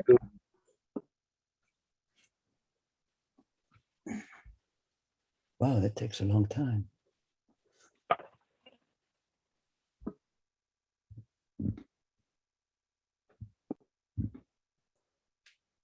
I've had enough. Yeah. Do you still want to sit here?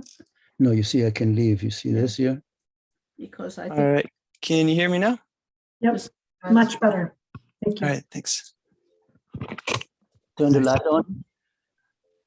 Good old technology. All right. Sorry, so yeah, Michael was cutting out last I heard. It was not just me, correct? So yeah, I was just saying a lot of those comments are around traffic, are much more related to the Planning Commission and will be analyzed in the EIR. Please, you can reach out to the city, and if DRB wishes, we can provide some information on that after public comment as well. Okay, so moving on to David Smith.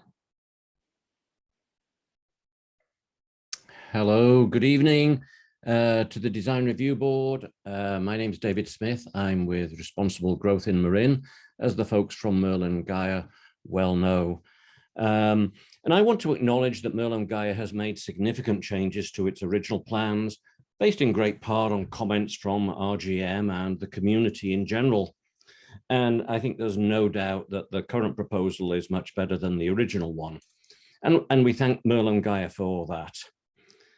However, when Tricia gave her outline of recommendations to the DRB at the end of her presentation, conspicuously missing from those recommendations was to take into account and to comply with the aspects of General Plan 2040 that deal with density and fitting into the surrounding neighborhoods.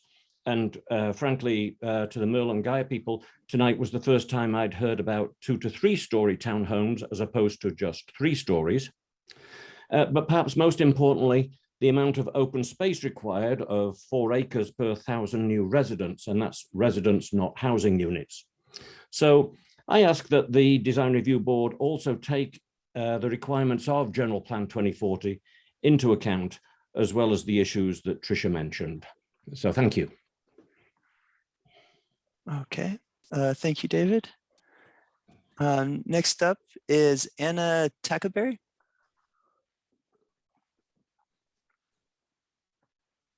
I'm Craig Tackaberry.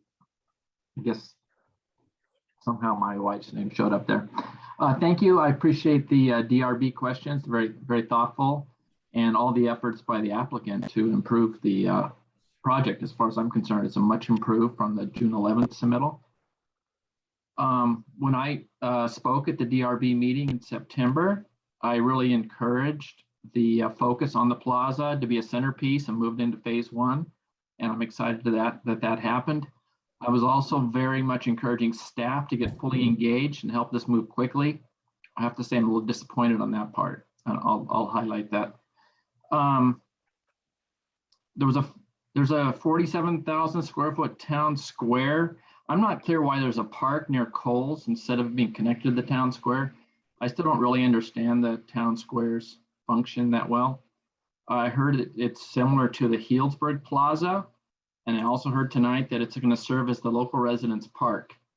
So it feels like this is more of a study session too than really a DRB hearing. The staff report was pretty thin, the written one, and the presentation was very brief. I don't see any staff analysis. As the prior speaker mentioned, there are general plan objectives for this neighborhood, and I don't see any analysis. The community desires. There was a reference to some variances from standards and some standards for future design change thresholds.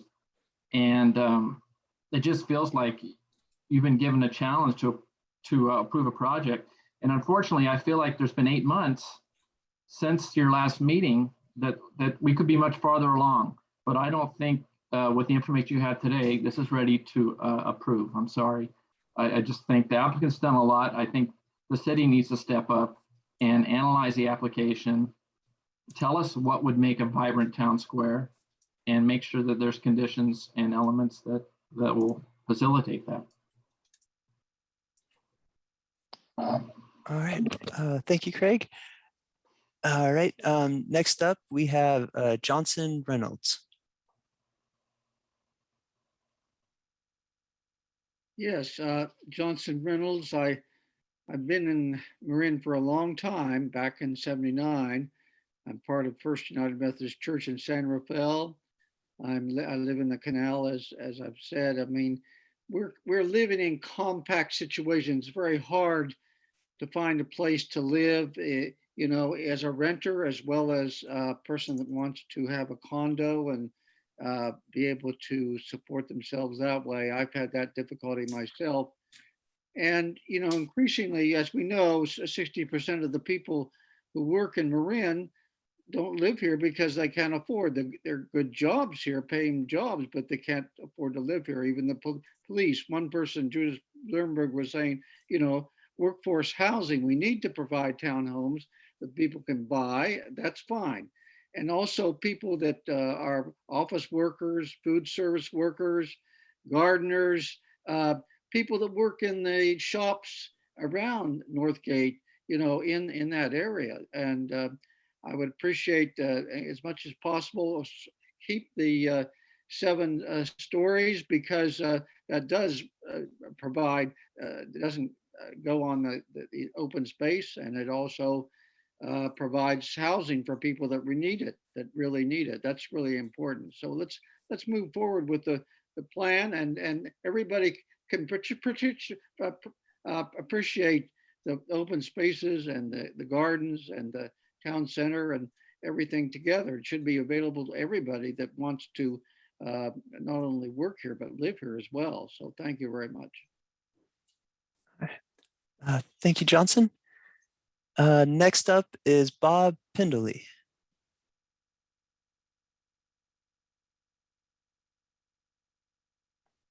Thanks. My name is Bob Pendoli. I'm with the Marin Environmental Housing Collaborative. We support affordable housing that's environmentally appropriate and that promotes social equity.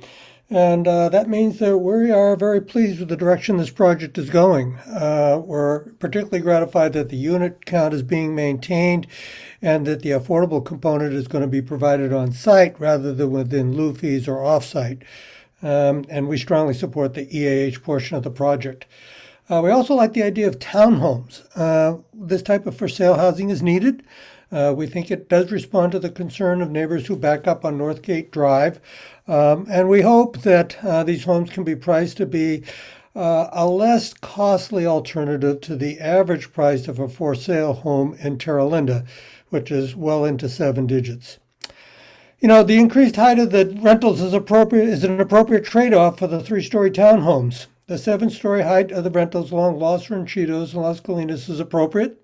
The views from the cemetery and the shopping center we don't think will be compromised or are particularly significant, frankly. And we think there's precedent for tall buildings in the immediate neighborhood. You have 5 stories at 899 Las Colinas, 6 stories at 1050 Northgate, 5 stories at Villa Marin. So we think that the height of the proposed apartments just isn't out of character with the surrounding area. You know, height and density at this location are appropriate, and I think this is the bottom line in our message tonight. They're needed to meet the housing needs of our workforce, to promote social equity. Maximizing the number of rental units, even at market prices, provides a housing opportunity in an area where homes are selling for well over $1 million. And finally, height and density helps us to meet our RHNA goals. They allow us to meet our housing goals while we continue to preserve our open space and to avoid hazard areas, particularly fire hazard areas. Finally, this project promotes environmental sustainability. The height and density will have less impact on the environment than the equivalent number of units at lower heights or densities. The substantial bike and pedestrian improvements we like a lot, including the town square and the path system, we think promote pedestrian and bicycle connectivity.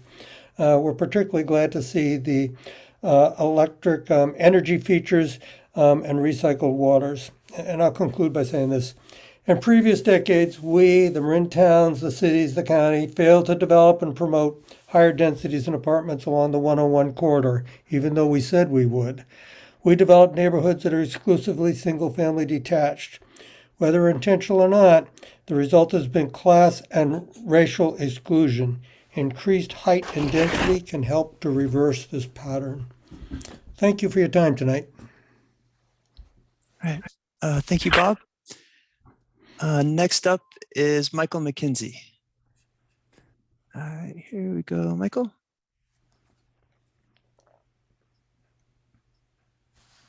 Hi, it's actually Michelle Lee for using Michael McKenzie's computer. We both own a Eichler here in Terra Linda. And I also my comment is I really have appreciated the changes. I still have some concerns.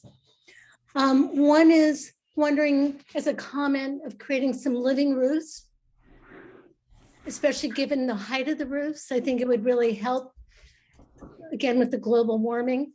The other is wondering if gray water can be used, given the water situation that we'll continue to be in, and also rain catchment is another comment.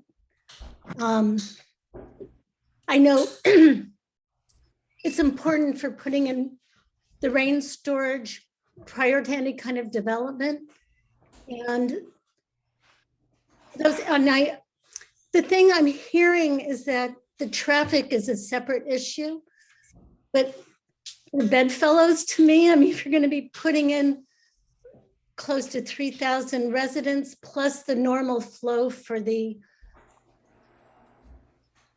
center itself, it's hard to envision without knowing the traffic part. Especially because I know that's a major concern of myself and our neighbors, how the density of traffic, the increase over the years has really increased in the 30 years I've owned and lived here. Lastly, on a comment, is I understand the density and how that helps environment and helps to have more housing for those that need it, which I think is really, really critical. But on a pure like aesthetic feel, it looks so dense to me when I see the 3D imaging. And I'm just wondering if there can, maybe because these trees are being scaled down, but if there's some way to not make it look like, in my mind, such a huge monolith, because in the 3D rendering, it looked more monolithic to me than the other drawings.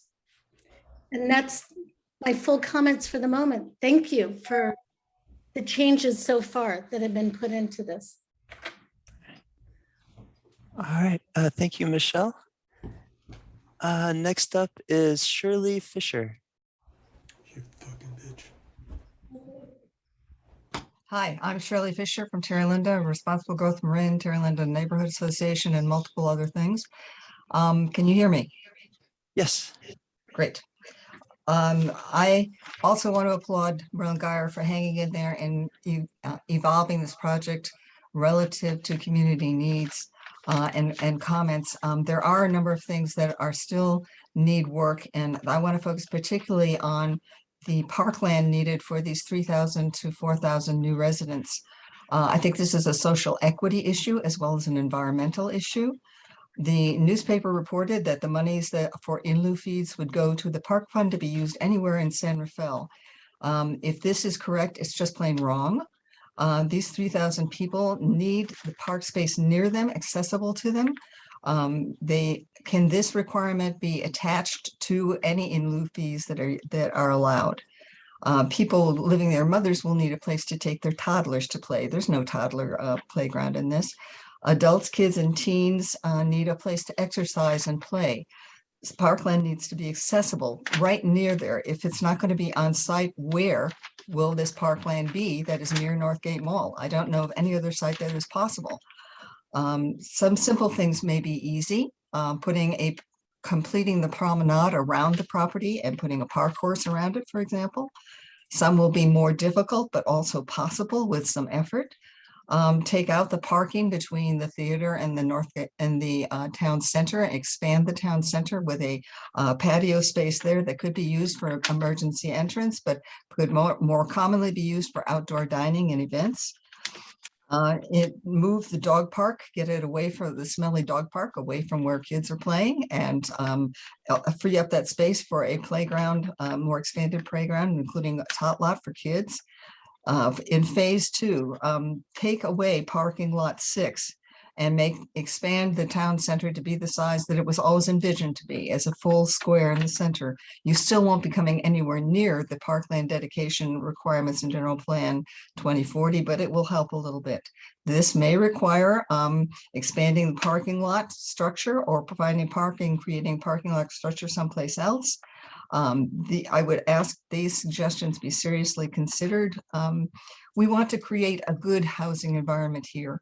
We don't want a substandard housing environment here, as we have in places in East San Rafael where you don't have adequate parkland space. So I would say that, and also then I would finally ask, if you really are planning 320 houses, why don't you keep that number in the plan? Because when you say 1441, that's what you're going to build sooner or later. So if you're going to be honest about it, put in the number you use. Thank you very much. All right. Thank you, Shirley. Next up is M. Levine. Hi. Thank you for holding this meeting.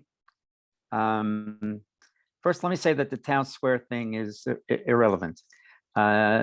This is a neighborhood, and I wouldn't go into somebody else's neighborhood and use their park space. I just can't really imagine this being put to much use. But what I heard today was town square, urban, and masking the massing. I've lived in Terra Linda for decades. I don't really want Terra Linda to be urban. And I think the Design Review Board needs to reject the design.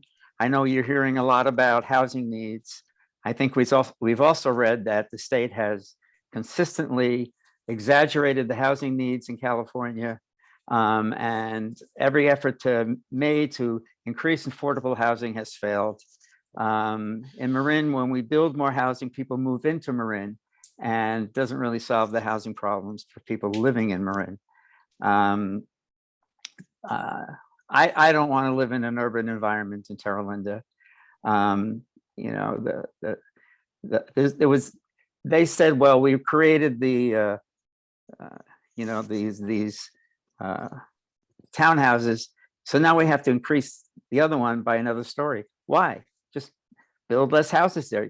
You'll make less money, but you know, as developers, they want to squeeze every penny they can out of every square foot. So I think the Design Review Board needs to say, this design is unacceptable. We don't need 7-story buildings, even if they are facing, you know, cemeteries. You know, they're just overwhelming. It just does not fit in with Terra Linda. The benefit of these developments is only for the developers, you know, and not even necessarily for the people that live there, who, you know, are going to live where they're attempting to mask how masked it is. I mean, that's what I heard all evening was, well, this design masks it, and this design masks it, et cetera, et cetera, et cetera. They said, well, it's in line with Macy's. Well, Macy's isn't 7 stories high. So I don't know. There was a lot of things that made me concerned about what they presented. They said they met with the Terra Linda Housing Authority.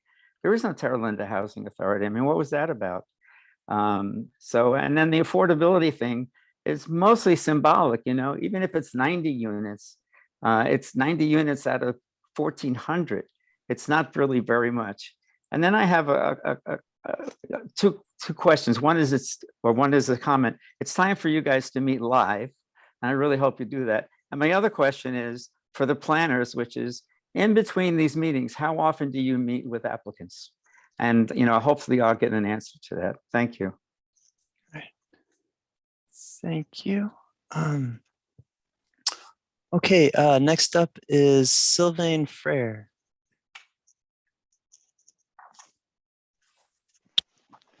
Yes, hi, good evening. My name is Sylvain Frere. Thank you very much for your work on this project, and thank you for allowing me to speak tonight. I live here in Terra Linda in the Quail Hill Townhouse residential area. Quail Hill Townhouse is a 100 townhouses community directly adjacent to Northgate Mall. So I actually see the mall from my balcony and from my window. And so we're located on Northgate Drive directly after the Eichler and just on the left when exiting Nova Albion. My first comment to the board is that I'd like to point out that in the application to the city, Merlin Gayer has mischaracterized the space where a community is located as open space. It's not open space, it's residential. We have 100 townhouses there, with many of them just looking directly over to the mall. So in a way, we're affected a lot more than the Eichler house that are just next to us. Another thing is that a lot of our residents are senior citizens. A lot of my neighbors are in their 70s, 80s. Some of them are in their 90s, so they're not even aware of what's happening down there. But I'd like to note that while there is some positive development with the second design, especially the townhouses, I noticed that the townhouses have just been changed as far as they're facing the Eichler houses neighborhood, but somehow there was one tall 5 to 6 story building that was left, and that building is facing us directly. So again, it's not facing open space, it's facing us, and it's in an L shape. Shape that's probably going to reflect all of the noise from the playground that they're also planning to put down there for those low-income houses residents. So it's a little sad to see that the less affluent community here with the cheaper townhouses hasn't been treated to the same way than the Eichler, and that we haven't extended those townhouses all the way to that 2-story parking. And relocated the affordable housing on a side of the development that would face open space instead of us. So that was mostly my comment here. The other comment is that our private street is coming out directly on Northgate Drive, and there's going to be a lot more traffic there. And I think we really need a 4-way stop there as our street is exiting on Northgate. The name of the street is Alphazan next to Nova Albion. So I think we really need to take that into account, because if not, our exit is going to face directly one of the entrance of the project. And I think that's going to be a cluster. That's all I have to say. Thank you very much for your time. All right. Thank you, Sylvain. Next up is Margaret Johnson. Hi, Margaret Johnson. I'm a longtime resident of Terra Linda and a member of the Galenas Watershed Council. Just have a quick comment, and that is that I heard it stated this evening that there would be no stormwater retention, that stormwater would be treated but not retained. And certainly we are concerned mainly about stormwater leaving the site, and would hope that the design includes a provision for infiltration and retention of the maximum amount of stormwater possible and that a minimal amount of stormwater is leaving the site. We're concerned about the quantity and timing of stormwater leaving the site, as well as the quality of the stormwater. And I don't know if this is a comment more appropriate to the EIR, but it does have to do with how the infrastructure is designed. So we just wanted to put that comment in, that we're concerned about retaining and infiltrating stormwater on the site. Thank you. Thank you, Margaret. Okay, next up is Scott French. Hi, my name is Scott Ferrick. I'm a local resident of Terra Linda. I've been here for about 20 years and plan to be here for many years to come. When looking at Merlin Geyer's plans, one thing that is not necessarily looked at really, and talked about is really the plan and its topography of all the buildings. I think that in the north section where you have single level at grade parking is really offset by Mount Everest of a 7-story building to the south. I don't think it's really appropriate for this residential neighborhood. We do not live in an urban environment. We live in a residential area, and having a 7-story building that is for residents is really out of context for this neighborhood. Personally, I can go for, a maximum of 4, maybe 5 stories. But that's with a commercial 2 stories below and 3 stories above it, as is explained for several other areas in the area. But having it as a centralized and focus point area is really out of context. Second of all, I also want to say that a lot of the park area is really kind of like a slap in the face for this neighborhood. We really need more open space and open park for everybody, and hiding behind a Quimby Act and allowing the developer to just pay in lieu of is really a slap in the general plan for 2040. We should not allow that. Next point is, I have 2 more points. Next point is the town center pavilion. I think that's just creating noise. I don't think it's really necessary. It doesn't add value or anything else to the design of this area. And last, that other people have talked about are the elements that we really haven't talked about in general. That is the noise and the lights that this development will create. That should be in consideration when looking at the overall plan for the area. And that's about it. All I have to say. Thank you. Thank you, Scott. Next up is Bill Carney. Good evening. This is Bill Carney. I'm speaking for Sustainable San Rafael. And I think our main point tonight, our main concern is that we don't want to lose any additional, that we don't want any additional loss of housing over considerations of height. So I know you guys are concerned about height, but do whatever it takes in terms of the massing of the site overall to retain the housing that was originally stated for this, which was the 1,441. So, what's being talked about now is 121 less than that. And that's a loss of a real opportunity. This is the place to go up and to go dense. And to create a really vibrant town center for North San Rafael. We also have we're very glad to see that the central open space has grown and will be, the portion that's shown now will be done in phase 1. We would ask that, we have some concern about the shadowing on that space. So we would ask that shadow studies be done. And also ask that the developer figure a way going forward to assure that there's adequate funding on an ongoing basis to properly program that space, that it will be successful as an open space to an extent that is actively programmed with regular performances, et cetera, for the public. We also would suggest that it be expandable in order to address the anomaly of the remaining parking to the west of it. I mean, it just still sticks out like a sore thumb.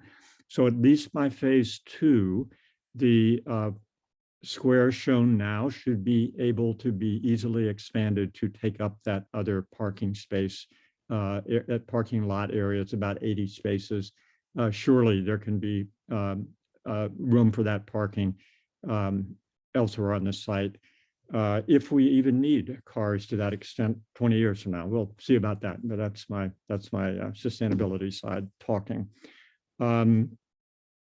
An easy way of doing that with the existing design would be to make it a semicircle lawn area rather than kind of an almost complete circle. So that semicircle could be filled out in phase 2 with a real anchor open space. Appreciate the carbon and energy features and the multi-use paths that have been incorporated, and genuinely appreciate the efforts of MG in really working with the community to come up with a superior project. Thanks very much.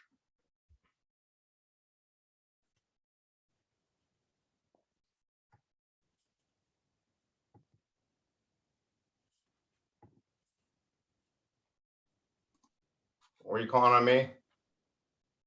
You're muted, Jeff. Anyway. Oh, yes, sorry. Yeah. Okay, no problem at all. My name is Brad Hansberger, and I am a school board trustee for the Miller Creek School District, where this building is going to be taking place. And we appreciate the report, the Design Review Board on the Northgate Town Square project. This type of development is something that we do need in San Rafael, and it's clear that the city staff have put a lot of thought into how this project can enrich our community. One area that we think could use some improvement in the plan is the lack of discussion of the impact on our local schools. Related to this project, the general plan states the scale of any improvements should be compatible with the surrounding community and should not exceed infrastructure capacity. Schools are infrastructure and should be considered in all developments in San Rafael. I think this is definitely an overall shortcoming that hasn't really been addressed. The report details that as much as 1,400 new residents will be part of the Northgate Town Square project. This is likely to add at least 254 new students to our schools. Now, Millers Creek School District does not receive additional funding when new students are added to the school district. It just dilutes the amount of funding that we already have. This is not how basic aid school districts like Miller Creek are funded. And that's a big misconception by developers, by the city, and something that I think it really needs to be explored.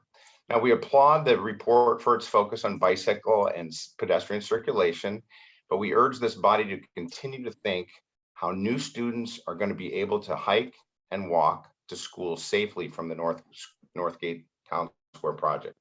So I encourage you to open up more discussion about the effect on education, the effect on students.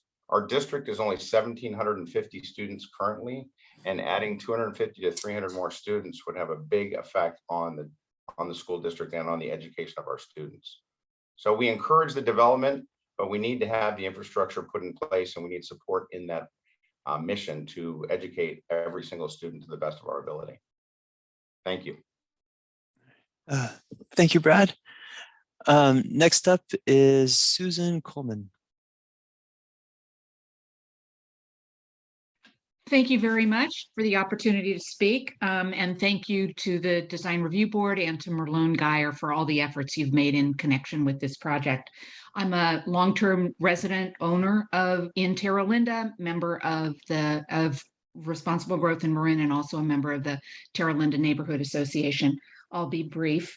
I'm going to echo 2 points that have been made before. Number one, I think in lieu fees might be great in theory. I'm not so convinced that they are effective for up to 4,000 new residents that are going to be at the Northgate Mall redeveloped area.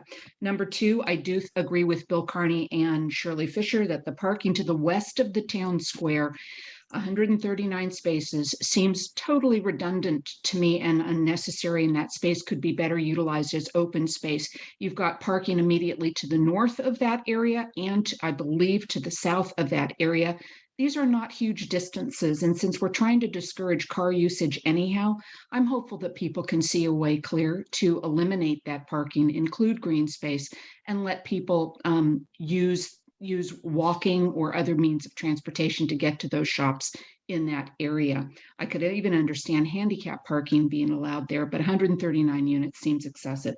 Number 3, we've talked about photovoltaics on roofs, and at the same time, we've talked about roof decks on residences. I'm wondering how those are compatible.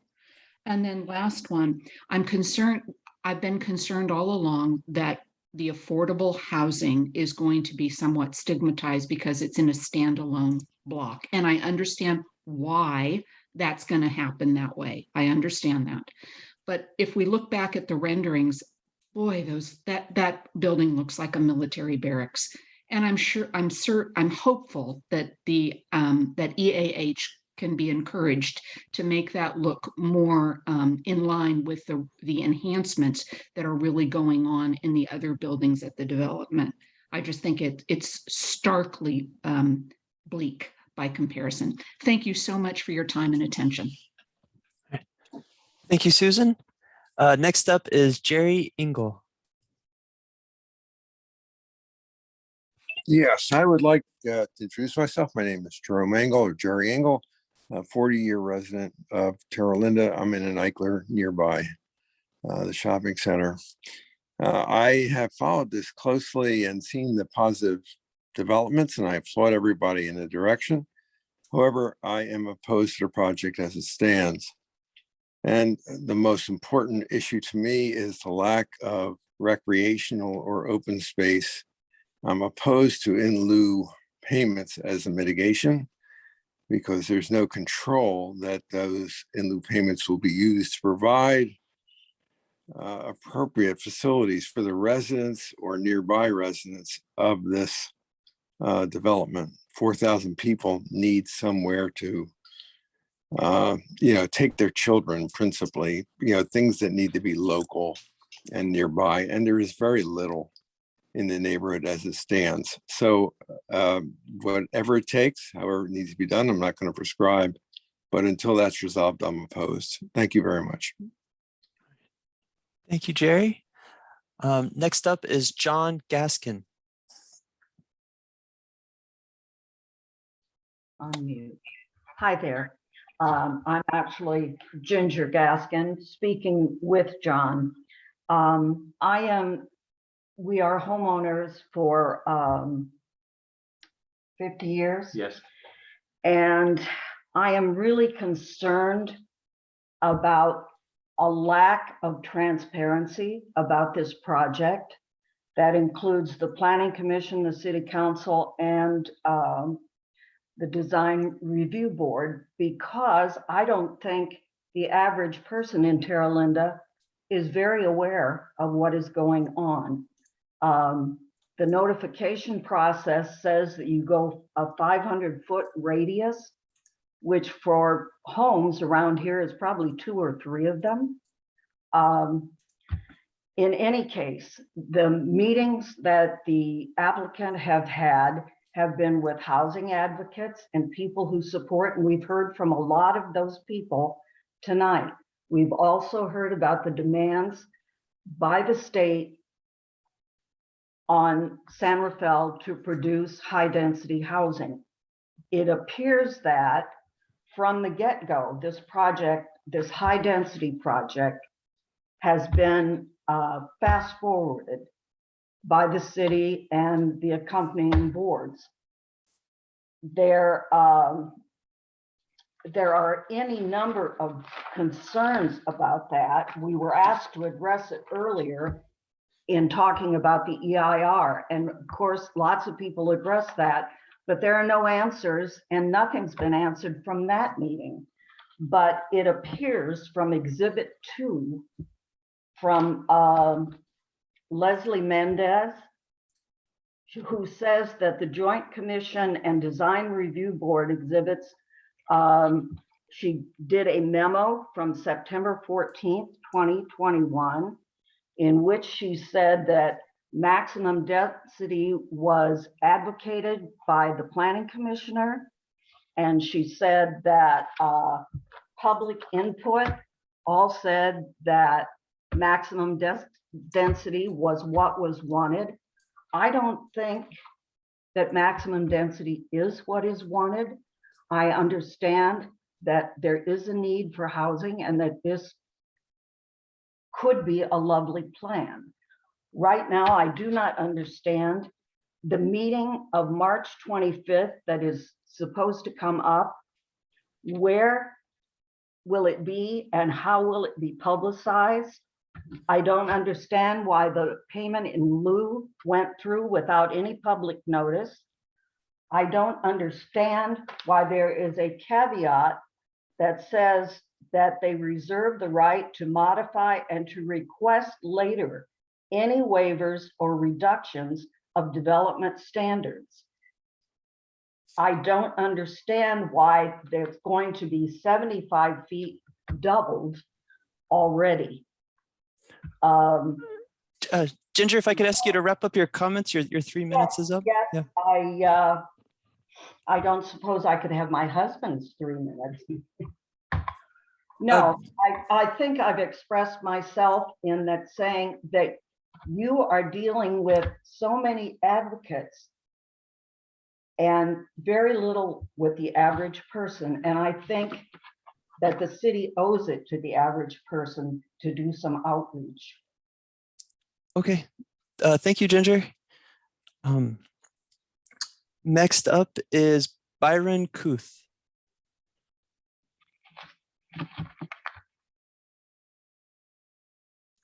Very good.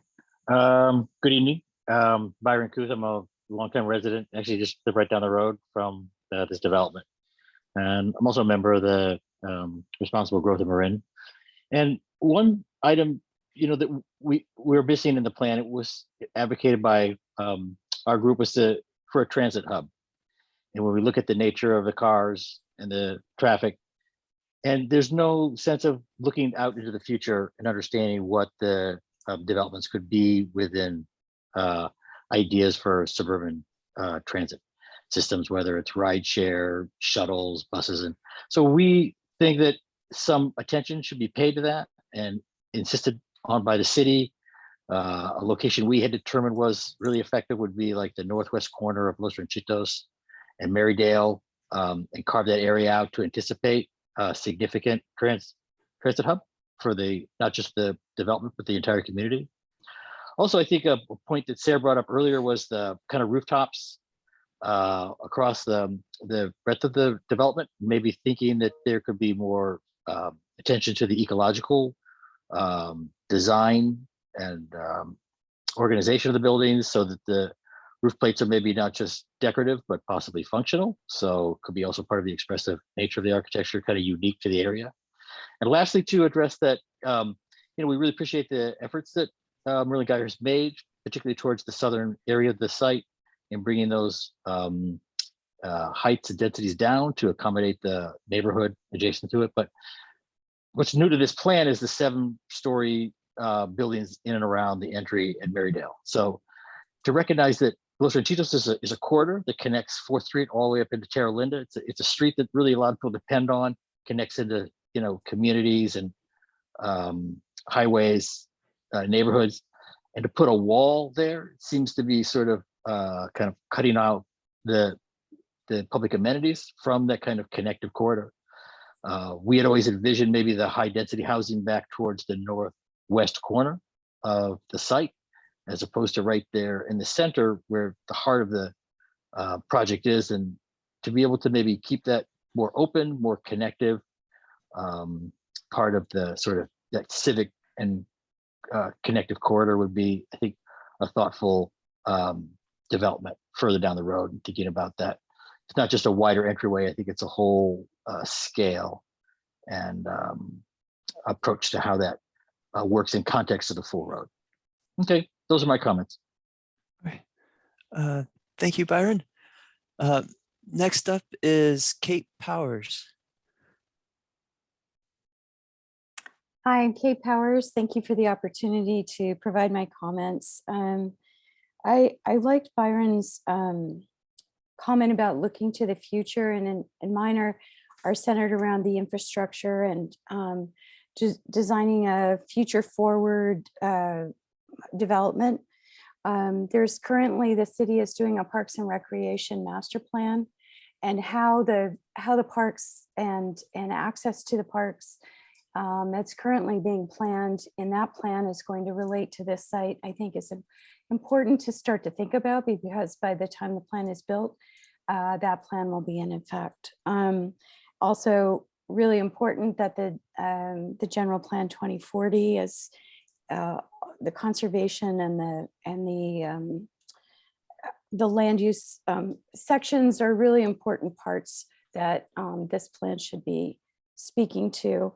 Also, how stormwater, how this site is integrated with protection of the Gallinas Creek watershed, and how the stormwater design in particular, it does protect flooding of the Gallinas Creek, but also how it filters the water and adds to the opportunities that stormwater provides when we do have droughts. So retention on this site that might be able to provide irrigation later on or something like that. I also think I agree that transit should not just be a word that is said that there is going to be transit access through the site, but how it really is planned for, how the transit will work with the Civic Center station, how the transit will work getting people to and from, or this is an origin and also a destination, how it will get, to that, in how that all works as a system. The 7-story building to me makes the human scale of the rest of the development thrown off, and I think that's lost. I think it should be 4 or 5 stories like others have said. And then finally, I just wanted to say that, in terms of integration, that the California building standards are being updated and in effect for January 1st, 2023. And those include all electric heat pump technology integrated, but that the county itself is working with all of the jurisdictions, with San Rafael being one of the leaders, on how integration of all electric buildings that use the heat pump technology, that combine the solar voltaics with battery storage. Kate, that's your 3 minutes if you just want to wrap up for 5 seconds. Yeah. I just hope that this development will integrate that, those developments, which will be in effect January 1st as well. Thank you. Okay, thank you. And then next up is Diana Vine.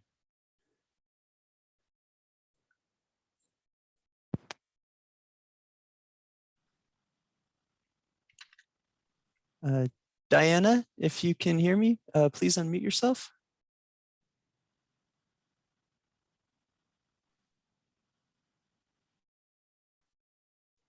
Okay, Diana, one last chance. Okay, looks like Diana is not at her computer. Okay, with that, it appears that that is the very last of the public comment.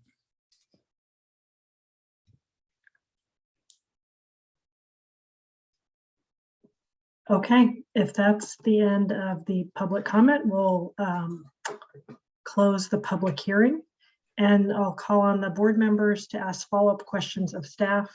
I think maybe before we do that, I had been taking some notes of the questions that have come up. So maybe I don't know, Tricia, if you're also doing that. If you or Jeff want to take a shot at answering those questions.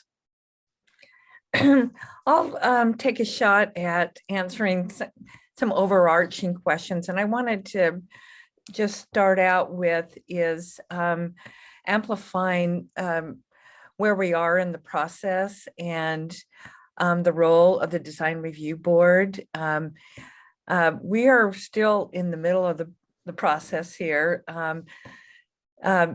This project ultimately goes to the Planning Commission and City Council, and they'll have the benefit of the environmental impact report. And the role of the Design Review Committee, and I'll just read what the ordinance says here real quick, is to provide professional design analysis, evaluation, and judgment as to the completeness, competence, and appropriateness of development proposals for their use and setting, and would be using the design guidelines, any design guidance that the general plan might offer, and the design criteria that's in the zoning ordinance. And that information was provided to the Design Review Board in terms of what that criteria is.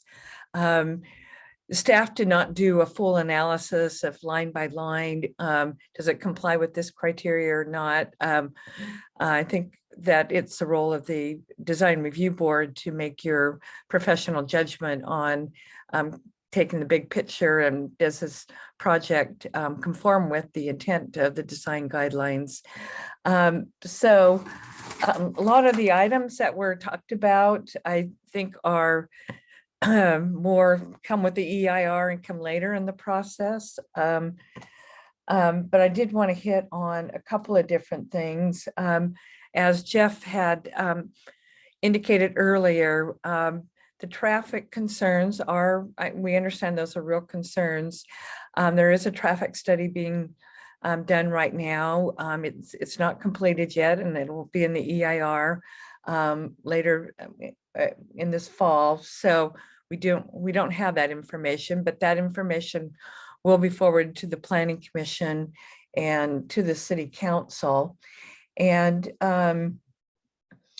on the question of parking, the proposed parking does conform with the zoning code standards. The townhomes have 2.3 parking spaces per unit, and the apartments have around 1.7 spaces per unit. But as part of us going forward to the Design Review Board, we didn't go line by line and go through every single standard in the zoning code in terms of whether it complied. We wanted to focus on the design guidelines. And then a couple other things.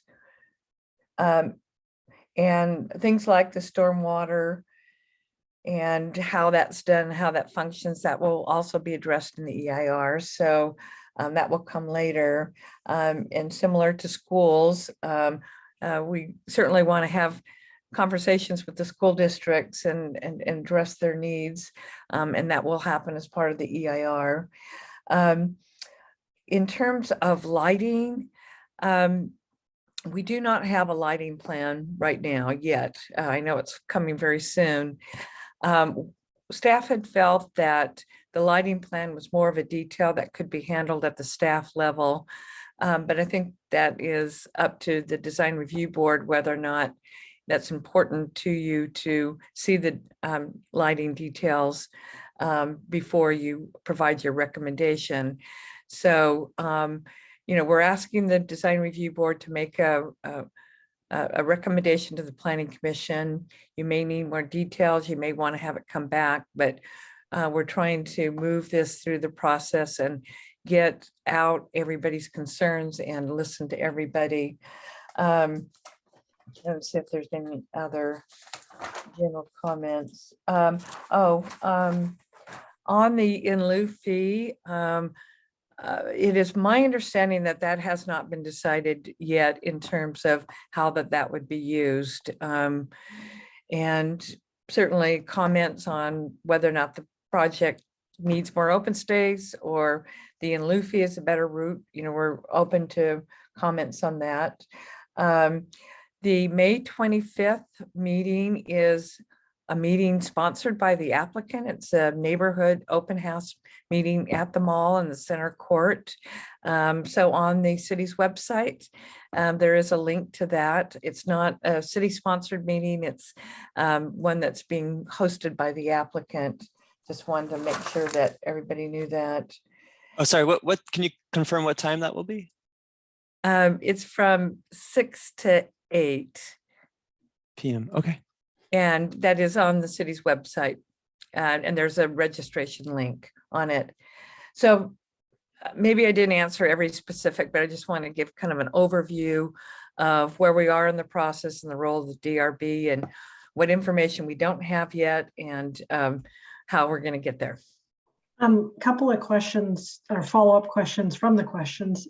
Can you talk about where noise falls into the process? Yes, thank you. There will be a noise analysis and that will be part of the EIR. And so that will all be, it's considered an environmental issue that will be part of the EIR once it's released. And then the other questions that I had written down were very specifically, when is Macy's slated to be torn down? I will have the applicant answer that question. I think there's some of the questions that the applicant may want to add on to. So let's just be clear. When we brought going further back with the Costco plan, the community wanted to see us do an overall plan of the entire site. They didn't want us to come in a piecemeal.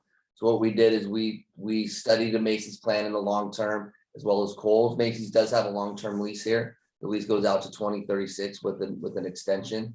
But we listened to the community to try and develop the entire site at one point, so it wasn't piecemeal. So there is no set date for Macy's to go down. Macy's is operating currently for their lease provisions moving forward. The second question that I would like to address is, if you have questions or want to be up to date on what's happening with the project, you go to our website, which is also on the city's website. You can sign up for email blasts to come out every 1 to 3 months to talk about community outreach and us reaching out and doing so. So okay, thank you. And then the other question, Tricia, there was something about how often between meetings you meet with the applicants or the city staff meets with the applicants? Oh, yes. Staff meets with the applicants once every 2 weeks for usually a fairly short coordination meeting. Okay. Thank you. I didn't have any other questions that I had picked up. There was one other one, which I think is the demographic mix of the development. Do you want to talk about whose purview that is in? So there is going to be sorry, I want to see Tricia's answer first. Sorry, thank you. Oh, I'm not sure if I completely understand the question. The project does propose a mix of housing types, from for sale to affordable and for apartments. So there is a mix of, it's designed for a mix of incomes. How it might relate to the goals of the housing element, I'm not really prepared to answer that at this point. Okay, yeah, I think what I just wanted to confirm is that that's outside of the purview of the design review board in terms of comments or what we're being asked to comment on. Yeah, the board is focusing on design and not on all the full range of elements that will be under the planning commission purview. Okay, thank you. And then I will ask if the board members have comments. I've kind of lost all your pictures. Let's see. Larry, you want to go first? No, I just had another question. Okay. Tricia, the EIR has started. Is it based on the current plan or the previous plan? It was based on the current plan. Thanks. Okay. Do any of the other board members have follow-up questions for staff? Okay. If not, get the board members' comments. Larry, do you want to go first? Thanks. One thing, Larry, I don't know if you've been tracking this as well, but we've been asked to specifically comment on site layout, bicycle and pedestrian circulation, architecture, landscape, and entryway features and signage. Yeah, and maybe we should just sort of frame this in terms of how the board wants to approach this, since it's such a huge, massively project with so many different buildings. If you want to go one by one and provide all your comments all at once, if you want to focus maybe at a 30,000 foot level on the overall site and then drill down on different buildings, it's up to the board as a whole, how you guys want to approach this. Yeah, that's a good point, Jeff. I think it might be nice to kind of stay on the site issues and then get into the architecture and entryway. So maybe we first hear comments on site layout, bicycle and pedestrian, and entryway, well, and landscape, sorry. And then we'll do architecture and entryway next, to the extent possible. Larry, you can see how that goes. Well, first, I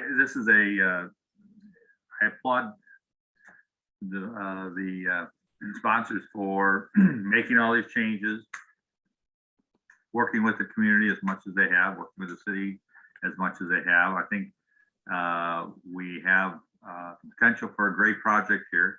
It's a very huge, complex project. I feel very uncomfortable with just going through it tonight and making a decision. I think one of the things you say, we almost have to go by, first of all, taking the macro view of how the site is being developed, and then drill down on more of these details, probably building by building, because there's a vast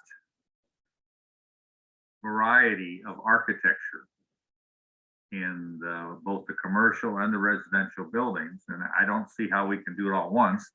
I do want to make a couple of other comments before I actually get into it. And I think lighting to me is extremely important for a big project like this. And I do not feel comfortable delegating it to the staff.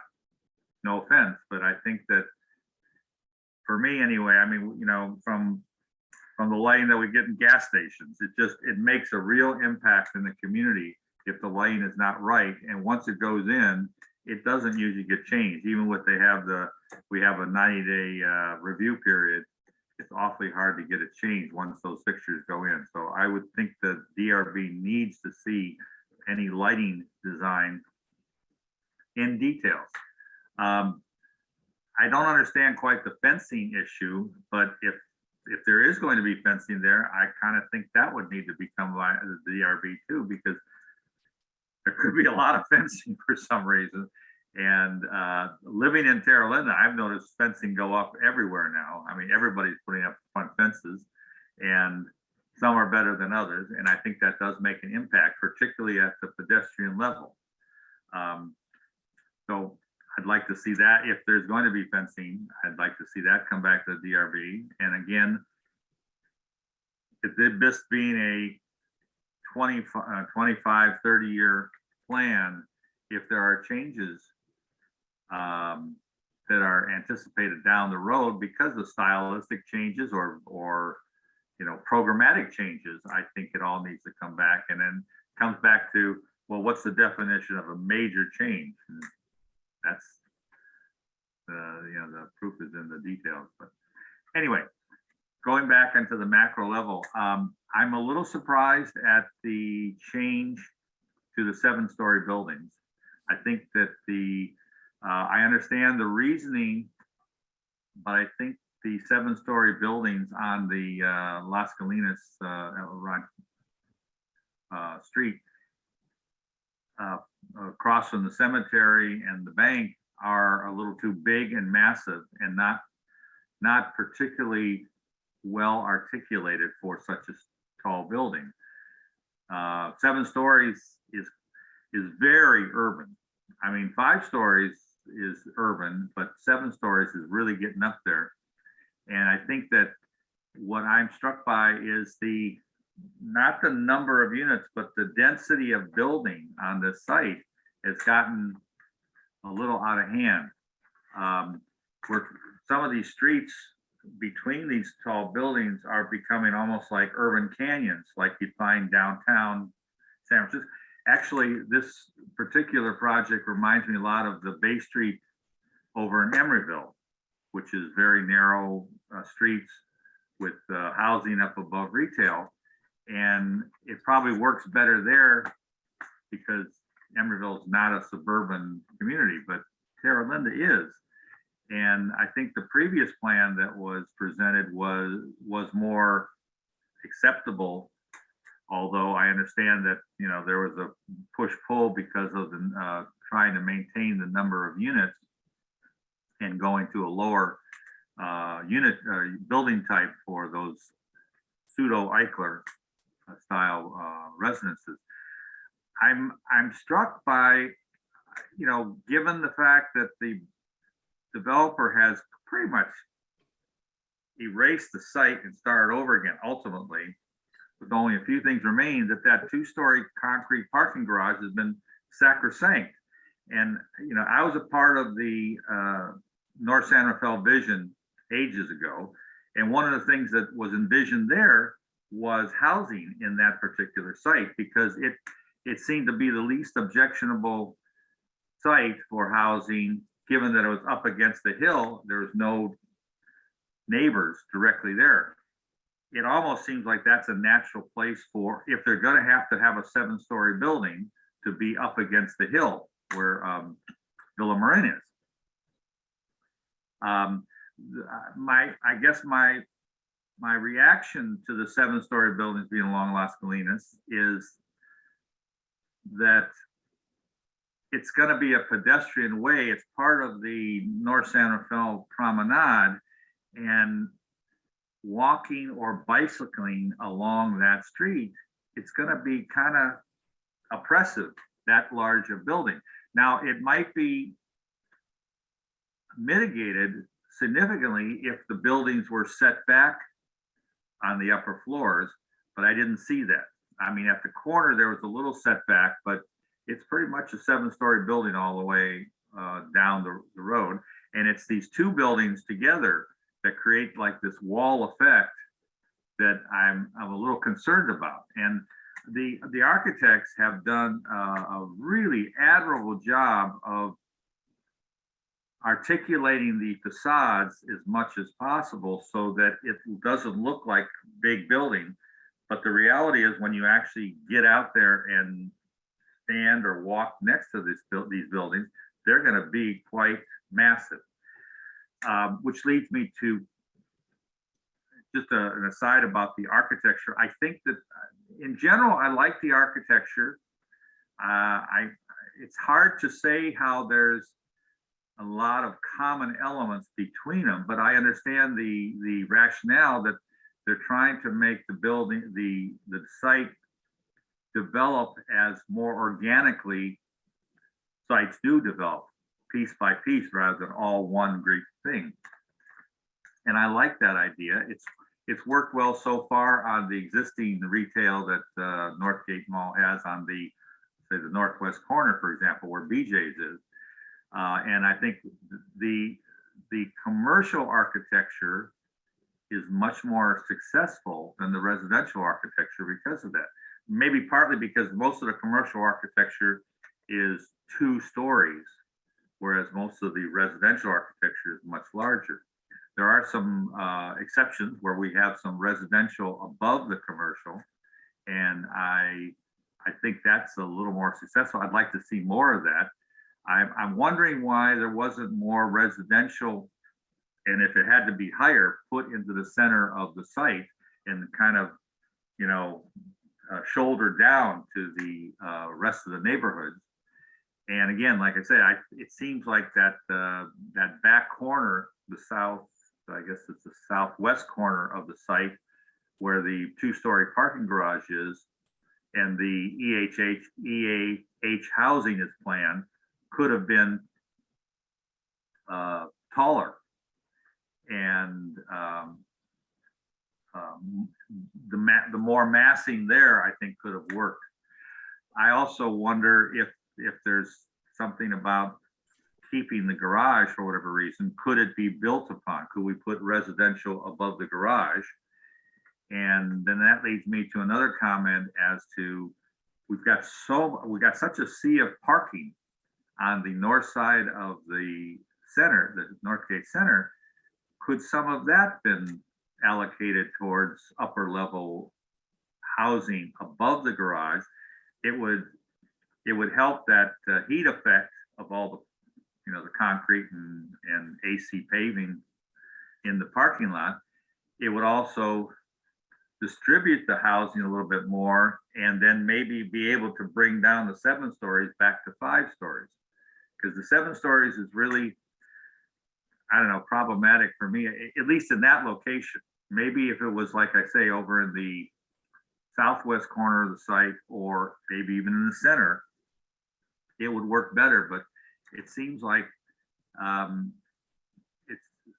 there's too many canyon-like views that I've seen coming into the center of the site that I think it's going to be very urban feeling, and it's not sympathetic to the suburban character of Terra Linda.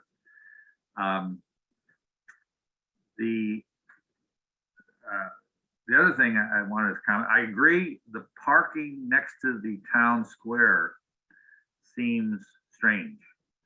There's parking all around, and it seems like it's close enough to those little shops off the town square that it could work. They have to get out of the car and walk a few steps, but most people do that now anyway, and they'd be walking in a nice area where the town square is. And I think that parking right next to it kind of hurts the town square concept.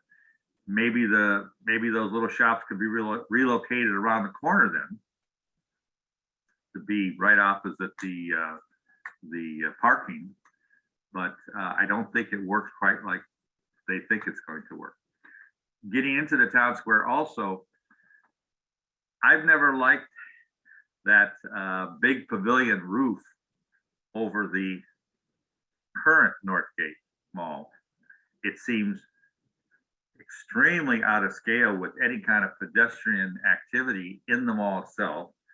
It's very stark, and to keep it, when you're going to keep part of it and then alter it to try and make it nicer, it seems to be a mistake.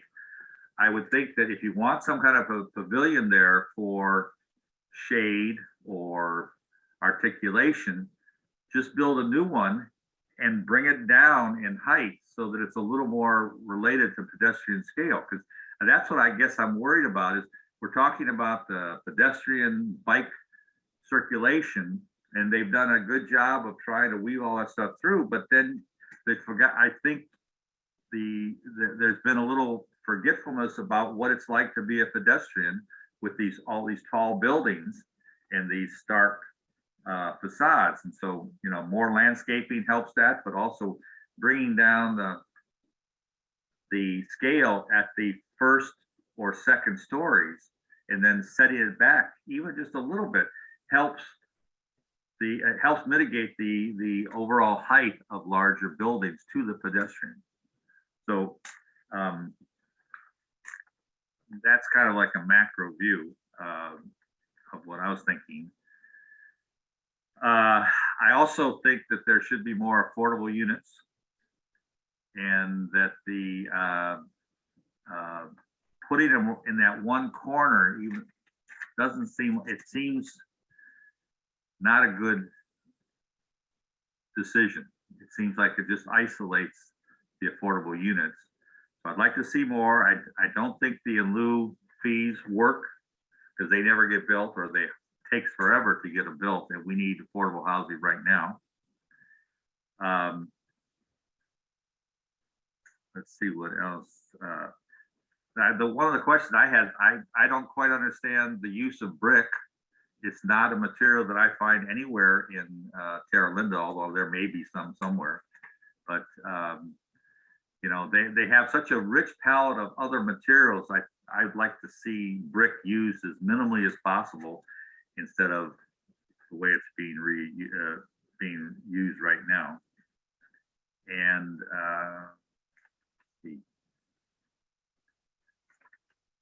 you know, it's funny because this seems to be a very appropriate development for downtown San Rafael.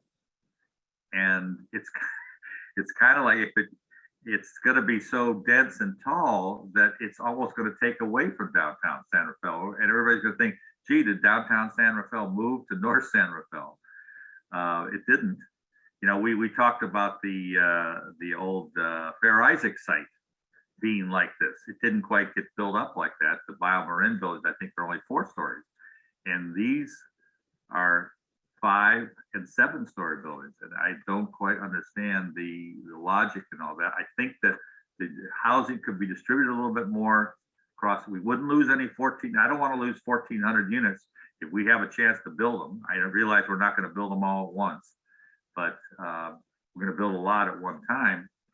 And I don't want to lose that, but I think that if they could do a better job of distributing them, and also if there's got to be 7-story buildings, they need more articulation and a little bit more setback at the 1st or 2nd story so that it enhances the pedestrian experience. But I just do not. I mean, I think to really get into it, we have to really go through and analyze each building one by one to see if there are changes that can be made. So I don't see how we can do it in this one meeting. But those are my comments for now. Larry, and just looking at the categories, did you have any comments specific to the entryway features and signage? Oh, the entryway features and signage, I think, were very handsome, and I think they work. I've always thought that the entryway signage that we have right now out there is kind of minimal, and I think you know, a much more massive sign in that particular case works. It really identifies the place. But okay. Was there something else that I missed? No, I think I had checked off all the other categories you talked about. So we'll see if something else comes up. Jeff, do you want to give us your comments? Sure. Well, there's a lot to unpack here, so I'll apologize ahead of time. I think my thoughts are going to come out a little randomly, but sort of the big picture is, you know, if the parking structure stays where it is, I think the site, for the most part, is fairly well organized, with one exception, which I'll get to later. And I think the circulation is fine. I think the architecture is much improved since what we saw last time, and it's going in the right direction. Probably a little uncomfortable with the 7 stories. I get the reasoning behind it, but I think that would probably make those the tallest buildings in San Rafael, if I'm not mistaken. And that seems like an odd location for that. I mean, to a certain extent, it's so intensely, this project is so intense, it almost feels like a second downtown. And I certainly would wonder if it competed with our downtown and what that means in the long run. I agree with Larry that the Pavilion is kind of a neat homage to what was there before, but it's really large and seems not even close to being a pedestrian scale. There was some talk and some of the stuff that I read about some drive-in restaurants being on this site. I wouldn't encourage that. I think you're inviting traffic into the area that's unnecessary. I think it's also not in keeping with the targeted quality of the design that's going on at this site. As far as the entranceways, I think they're well designed, but I would encourage adding some special paving at those entryways to help identify those entries. I think we do need a shadow study on this site. I think we will want to see a lighting plan at some point. So the landscape at this point is only conceptual. All we know is quantity and location, or locations and quantity. We don't know very much about it beyond that. I think the planters in the town square area, you know, you could do things like demonstration gardens in there. I think there's possibly some recreational some educational opportunities in those areas that should be considered. I mean, the one part that I'm really struggling with as far as the site organization is the parking that's still in the middle. That doesn't make any sense to me to encourage car traffic into the center of the site. It may make sense to have some handicap parking there that would service the town square and perhaps a movie theater and maybe a drop-off area there, but I think the rest of the parking is in that area is nonsensical. That also gives you a chance to make the town square larger. I know there was some reference to the size of the town square in Hillsburg, but I think what you have to keep in mind is you're going to have housing here for close to 3,300 people, and it's not just the town square, it's really town square / park, and that, you know, there's a lot of adults and children here that are going to need outdoor recreational opportunities. So I think this, you have to look at this as being a park. And moving on to that, I was involved with park design and construction and maintenance for over 2 decades. So when we're building parks, some of the amenities we're thinking about is one, a bathroom. I mean, you're going to have people there that could be there for music for a couple of hours. You know, you're going to have children's playgrounds there. And I can tell you, when children have to go to the bathroom, they don't tell their parents a half an hour ahead of time. They tell them 10 seconds ahead of time. And so if you're going to have playgrounds there, you need to have bathrooms, and you have to have seating, and you have to have drinking fountains, and all these things have a relationship to each other. You know, and as far as the playgrounds go, you have to have playgrounds for both age groups. You have to have a tot lot. You have to have another playground for that 5 to 12 range. And there needs to be some separation between them, because the 2 age groups are kind of incompatible to be mixing in the same playground. I think the turf in that area should probably be artificial turf. There's some real good turfs now. And don't laugh, I think it should be irrigated. And the reason for that is the irrigation washes off the turf. Some dust and things of those collect on artificial turf. Because of the infill, they can also get warm, so you can use the water to cool these areas off before a big event, or, you know, during exceptionally hot weather. You may want to turn them on for just 10 minutes. Heat of evaporation cools them off. I'd be curious to know what they think the program for the turf spaces are. Is this a place where you can, you know, kick a ball around, throw a frisbee? So I'd be curious to know what they envision the program for that is. The dog park should move. I've also been involved with the design and construction and maintenance of a couple of dog parks, and you do have noise associated with dog parks, and you do have unpleasant smells associated with dog parks. And so it should be off on its own someplace. I think it's important to have them. You have so many units there, you're going to have dogs.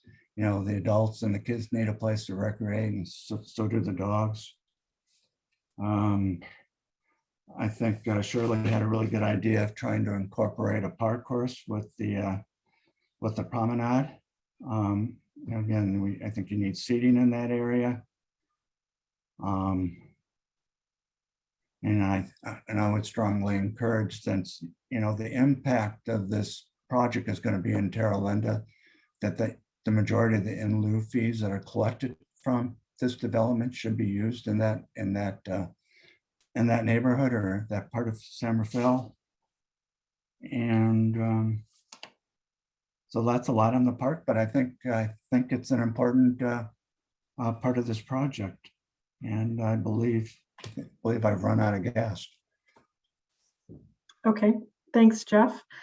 Sharon, do you want to share your comments?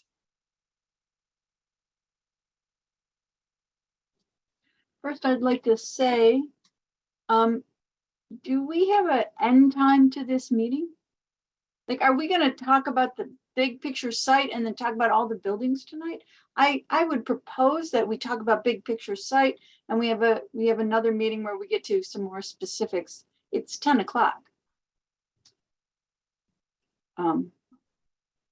Yeah, that's ultimately up to you as the board. I fully understand it's getting late. So yeah, that's absolutely up to you as the board, how you want to handle this. Yeah, Sharon, I think we can talk about that once all the comments are out. I feel like if there's any building comments that you can make, that are not building by building, please include those. Okay, I have some I'll talk my site comments now. I think that the applicant has really made an effort. I appreciate the effort he's made. I, though, still have a few issues in the design. Those houses are way too dense in the southern end. It could have been spread around the top. There could be townhouses along the top. It could have been done more liberally over the site. We don't need to make it so dense in the top and then have seas of parking in the front. I think that the design could be better integrated with the site. I think I agree that the 7-story building is having the tallest building in the town, not in downtown, doesn't ring true for me. It doesn't seem proportional to the neighborhood. I think dense is okay. I don't think that is, I think it's too tall.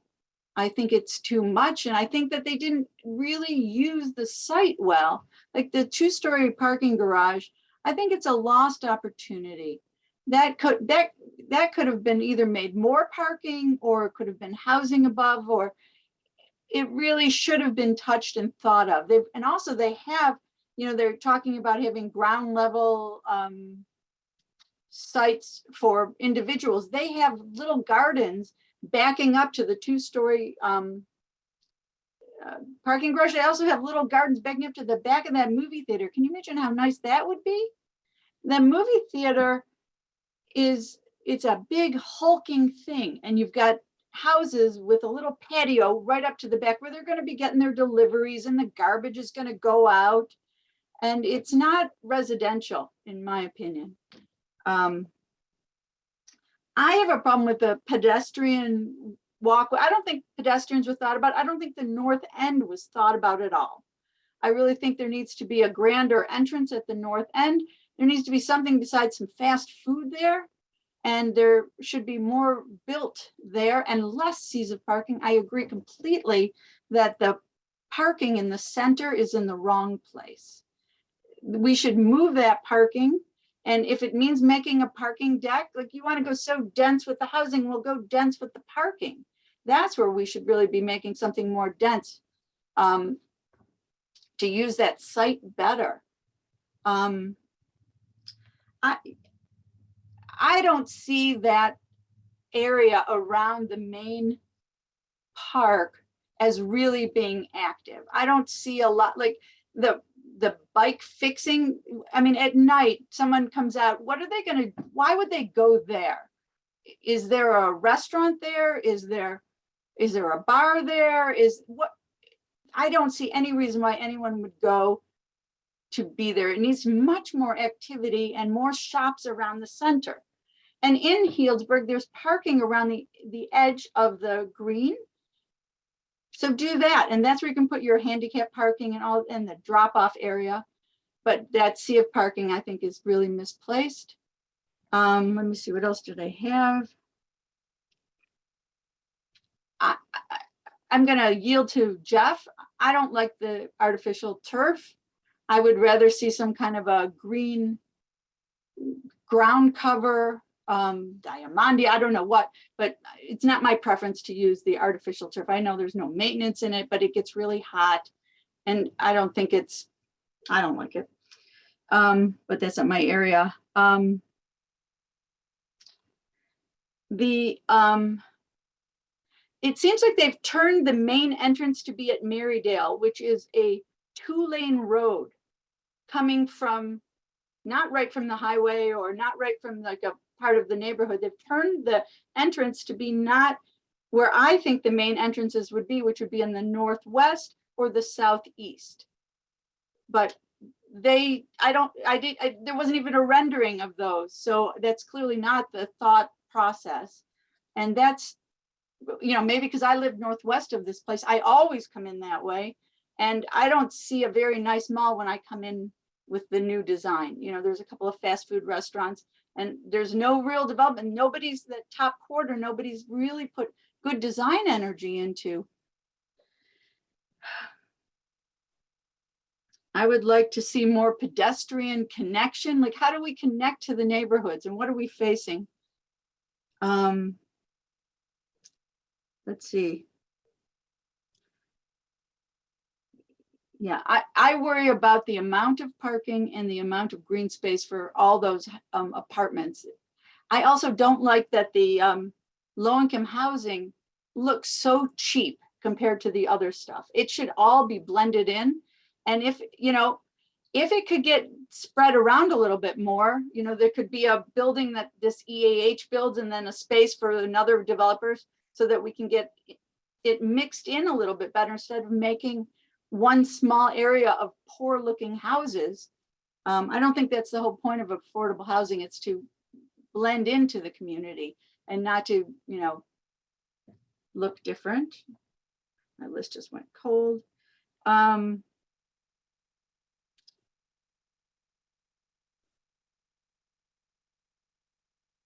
I think the roof, I think there's opportunities on the roof for green space that hasn't been used. I mean, of course there needs to be PV and all that, but the PV could be shading some green space up above. If you need so much parking, then you're building up, use that top for some outdoor space. There were, in some of the apartment buildings, there was like 100 apartments and there were 4 chairs in a tiny little green area. I don't think it's been fully thought through. I think lighting is important, and I think that transit thoughts should happen. You know, there could be a, you know, a hub or something that could be designed in, because this is the place people are going to want to take a bus to, and if they can't afford to live here, they're going to be taking a bus maybe down to work here. So it needs to be all kind of tied together. I didn't mind the signage. I do think it needs to be bigger. I think it just needs to be spread out better.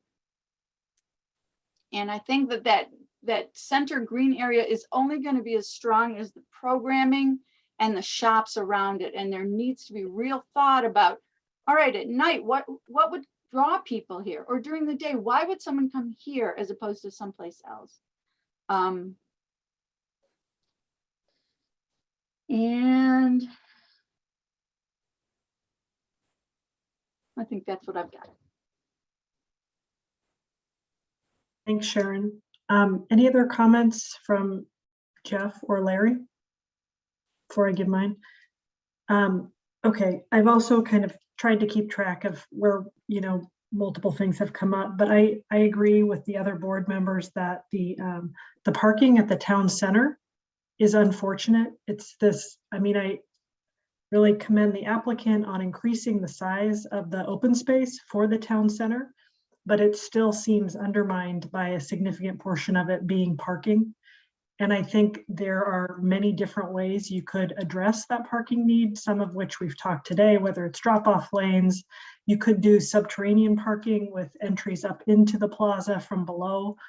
You could look at locating it, you know, on the periphery so you don't have cars crossing pedestrian areas.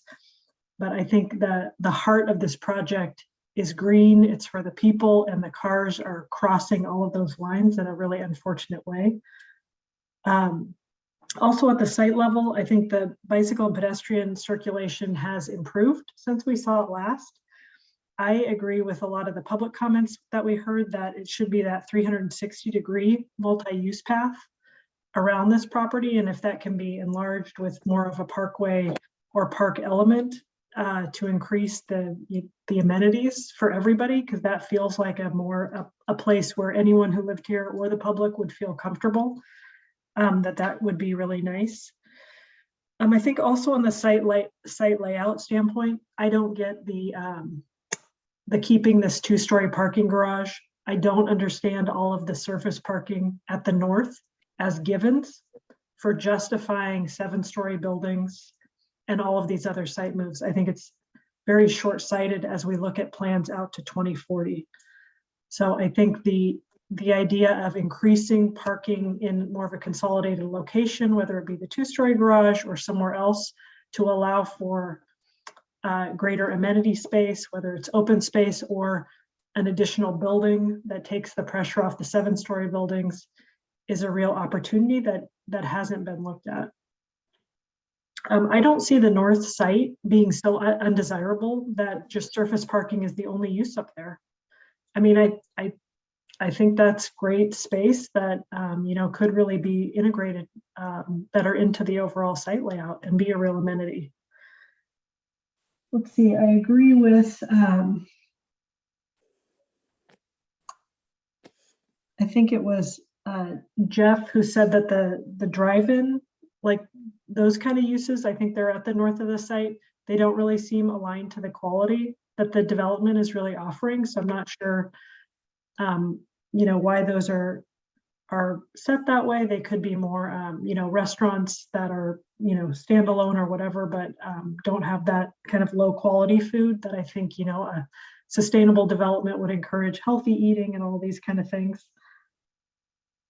So that's my comments on the site layout. I think the bicycle and pedestrian circulation, I agree with Sharon. I'm not clear how pedestrians comfortably circulate because there are so many crossing of cars, whether they're private vehicles getting to the residents or, you know, the public coming through for the retail, that it's not clear to me that the actual pedestrian circulation is continuous or obvious to the site.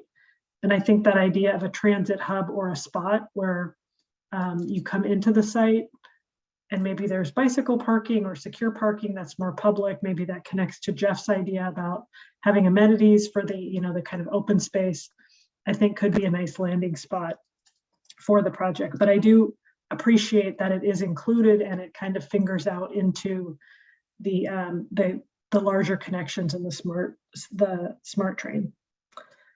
On the landscape, I don't see how we can comment on it with the amount of information given. I mean, we're not in the purview of saying that, you know, there needs to be open space per the 2040 general plan, which, you know, is unfortunate. I don't see any, you know, whether it's a tree or green, that doesn't really seem like enough to comment on if it's programmed or not. So I think the landscape needs to come back to the DRB in a similar quality and development level of, you know, other projects that we've seen, so we can provide some meaningful comments. And then on the architecture, I mean, I don't even know where to begin. I think to echo some of the comments, the low income housing building is truly unfortunate in its current state. I don't think it meets the aspirational goals that the project has set out. I don't think it has any setbacks in the facade or variations in the roof height. I agree with Sharon that it just does not look from a social equity standpoint of the quality of the very adjacent kind of townhome offering. And I would really encourage us to align on some direction for the applicant to go back and, you know, look at that building in particular as a focus area, because I feel like it is an important amenity that everybody wants, this affordable housing in the community, and we want it to be something that you know, the people who live there are also proud to live in. I'm nervous about the open space related to that building. I would, you know, I would be more comfortable if everybody had at least a balcony, if they're not going to have that green space or that open space at grade. I think that's a pretty typical best practice, you know, alternative if you can't offer green space, to give some private outdoor space. So I don't know if that's been looked at, but I think that would be important. And then overall, the architecture I feel is very non-cohesive versus cohesive across the site. I think Larry brought up the red brick. It's totally disappeared on this affordable housing building and the Eichlers, and then it appears in the middle in the Pavilion. I don't see it anywhere in San Rafael. I think there are like some, you know, Frank Lloyd Wright inspired more concrete masonry unit precedents that are nearby that could maybe be brought into the project. And there's some really interesting ways that that's been used even in the adjacent neighborhoods. But the red brick, I don't get. And then I think the overall cohesion is not there. I also think the buildings in relation to the topography, which was one of the public comments, is super important. So I think if there's this plinth created for a building, but it's nestled into the site, like we need to see that to understand how that's really working with the neighborhood so we can feel comfortable in approving that architecture in terms of scale and conformance with the San Rafael guidelines. So those are my comments.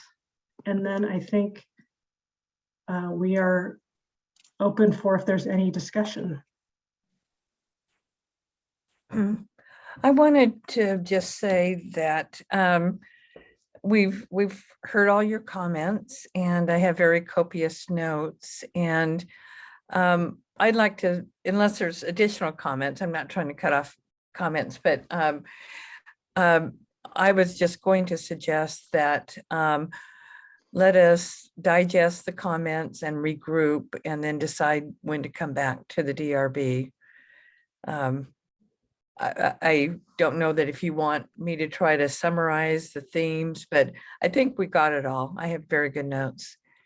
Yeah, I guess I was curious, having heard all of the comments, if there was any discussion at the board level from, based on, hearing all the comments. So I don't know if Larry, who went first, might have some discussion that he wants to talk about. I was just gonna say something that everybody kind of brought up was the lack of quality design in the affordable housing over there in the southwest corner. And I'm wondering if maybe the planning commissioner or the planning commission itself should have some input as to whether they think that this is the proper way to provide affordable housing, or if, like in the past, it's been spread out throughout a development rather than just concentrated in one building. And if that's furthers the idea of affordable housing. Yeah, I think Larry, to that point too, it was like there's affordable housing in this one building, plus I think some other ones distributed. But I like the idea of getting direction from the planning committee if it could be a more distributed strategy across the entire development. I wasn't clear if that was the only place for affordable housing, or is it distributed across the other buildings? Do you know that, Tricia? 7% of the affordable housing requirement is met by the one community on the south side, the 96 units, and the rest of the required units would be spread among the other communities or parcels. Did you say 7%? You're saying 7%, but they have a total requirement of 10%. Which is about 140 units. But I thought they were only providing 68. Yeah. 96. 96. Yeah. So where's the other 50 some? Yeah, the rest of the required affordable units would be spread among the other apartment complexes. Or is that an in lieu fee or no? No, not an in lieu fee. There's not an in lieu fee. They're going to provide 10% of the affordable housing. Yeah. 96 is in that EAH building. And the rest will be in the project. There's no offsite or in lieu fees being proposed. Oh, okay. I didn't understand that. But even so, I wonder if having one building that has nothing but affordable housing is going to be somewhat stigmatizing to the residents, but also to the neighborhood. That they would look at that building and say, why is that one different? Yeah, and again, Larry, that's not our purview, right? So we're asking Tricia Well, if we can get guidance, right? From I think we need guidance, but it does affect the design. Yeah. Obviously, when you're making affordable housing, if you're putting it all in one building, there's going to have to be some cost benefit decisions to be made. So. Yeah, absolutely. I think, regardless of if that building remains as it's shown, we have architectural concerns about the quality in overall relationship to the development.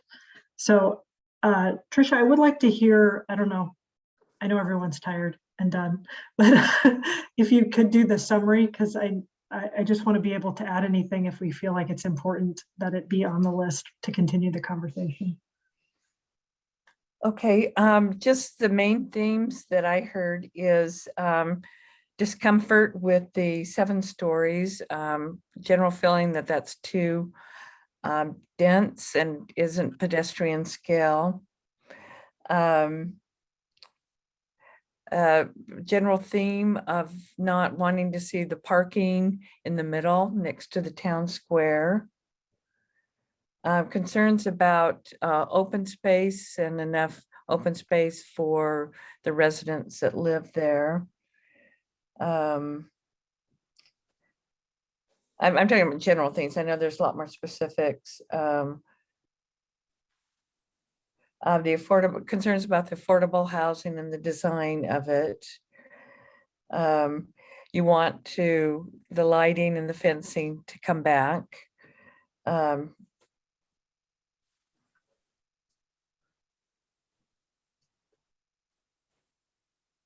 Yeah, the pavilion was another one that I had. And the pavilion was one, and then also concerned about the north end of the project and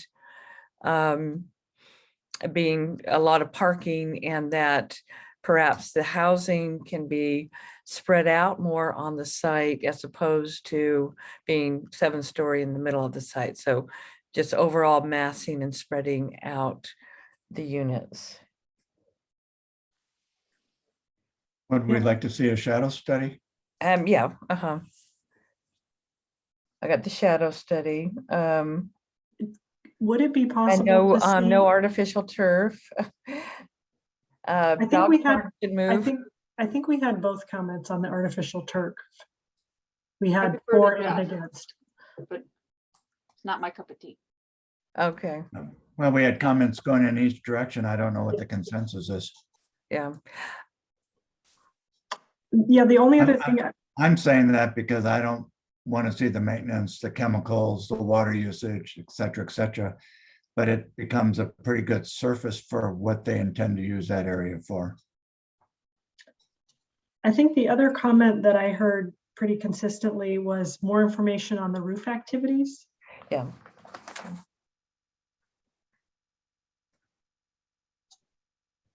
Do you have lighting? They're going to design Yeah, the lighting.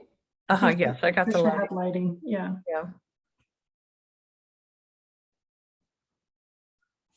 The multi-use path around the whole site. Yeah, the multimodal 360 degrees. I don't know if that was consensus though. I think a couple of us. I heard one board member. I didn't hear it from others, but I don't know if I said it. I would like what it. exactly we were talking about on that? That the multi-use bike path be extended not only to the, my orientations are going to be wrong, with the east side, but to go all the way around the property. Just an aside, in the North San Rafael vision only saw it going to the east side and then making the connection to the smart station in the Civic Center. That was the whole idea. But it could go the other way too. Okay. That's not a big thing in the grand scheme. This is a huge complex project. a couple other consensus things would be concerns about the architecture not being cohesive. And I heard several comments about the red brick. That was one other one. I think, I don't know if other people agree, but one of the things I was concerned about was just making the architecture a little more pedestrian friendly at the lower 1 or 2 floors. And I think that goes a long way towards mitigating if we have to have these tall, I mean, even a 5-story building, that's tall for Terra Linda. I mean, Yeah, I actually agree, Larry. I think that goes to the entryway features, that it's not only the entry to the actual project site, but to the individual buildings. oh yeah, That No, all pedestrian throughout. experience, yeah. I mean, I think that would kind of contribute, that would help a little more suburban feeling. You know, that it's a little more scaled to the pedestrian, and it encourages more pedestrian and bicycle activity when you're not going right up against a tall building. Was it consensus about maybe that not the highest and best use for that 2-floor parking? Maybe there's some other way to work that. I would agree with that. I mean, I think somebody mentioned that if you need to provide more parking and you don't want to build housing above that. You could build a 4-story parking garage. I mean, that's done all the time everywhere. And I mean, it's in the back corner of the site, so it would be the least objectionable to anyone. You could provide a lot of extra parking there, and that would free up a lot of the site for other uses or more open space or something.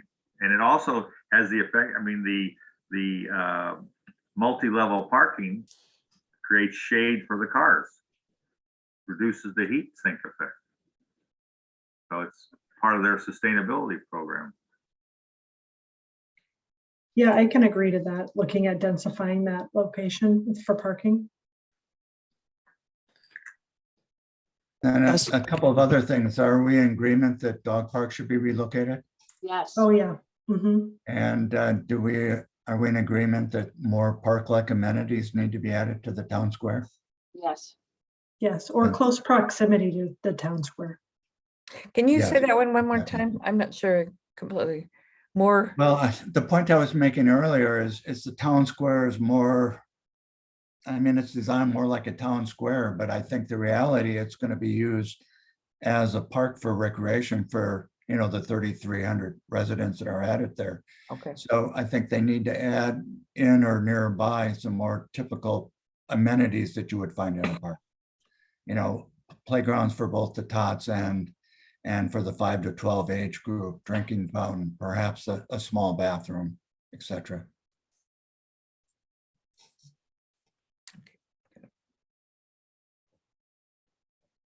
I also heard 2 of the members mention improved pedestrian access, both internally and how it relates to the exterior of the site. Is that a consensus item? Is for me. It's for me. Yep. Yeah.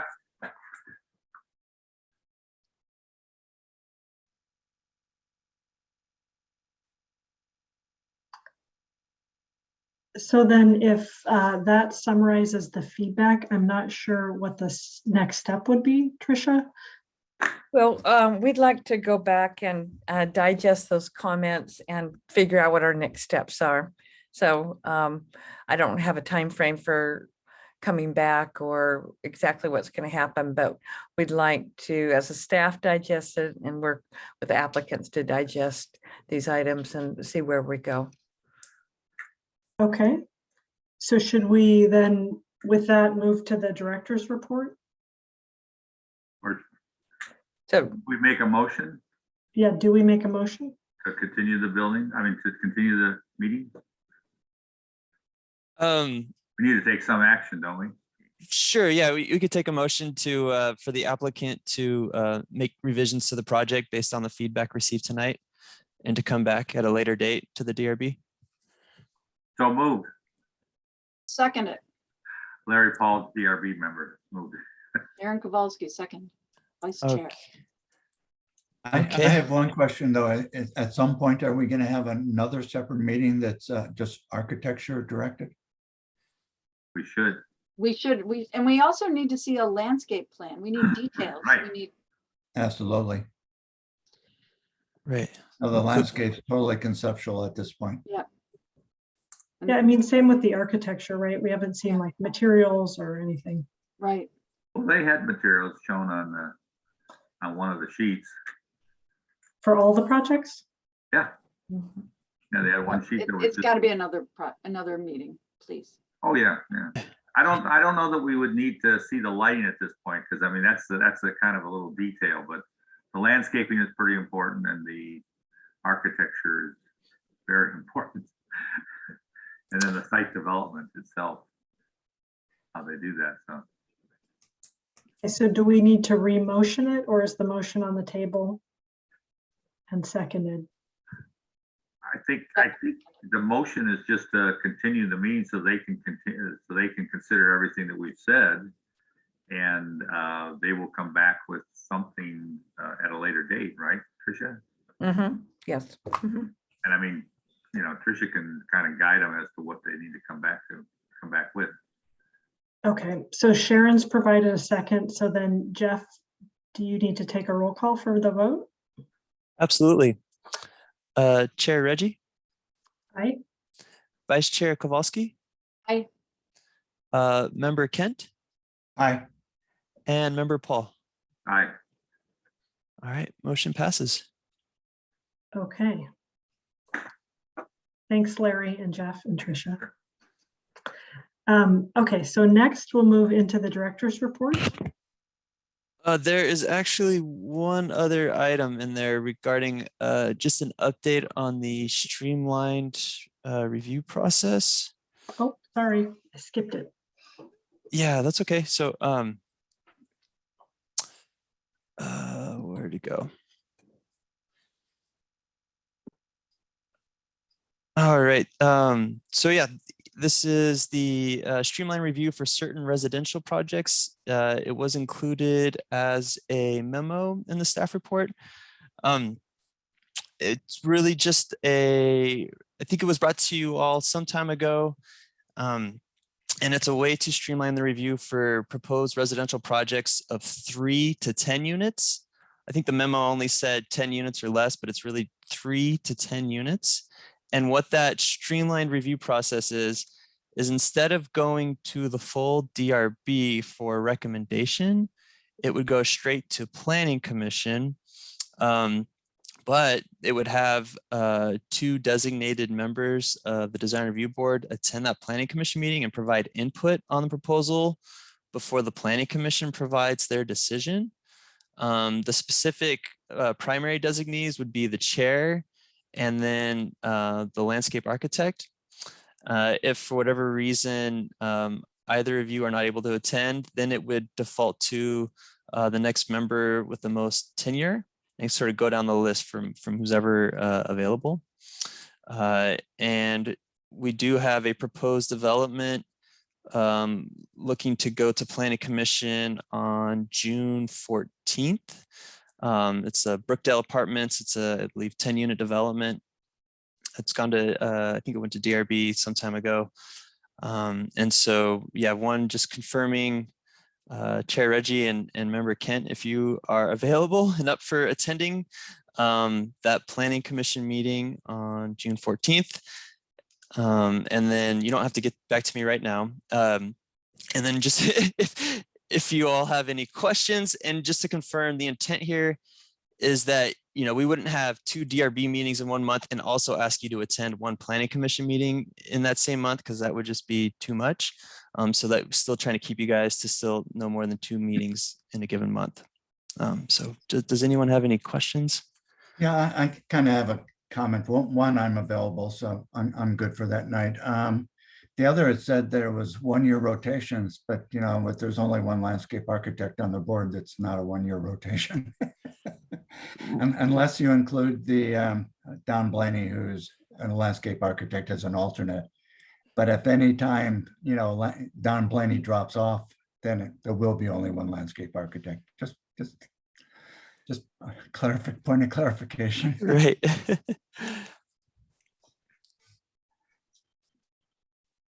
Okay. Does anyone else have any questions? No questions. I'm also available on the 14th, so. Okay. Great. Okay. Well, I think that covers that item. I don't think we need to do public comment on that item. Maybe we should, just to be on the safe side.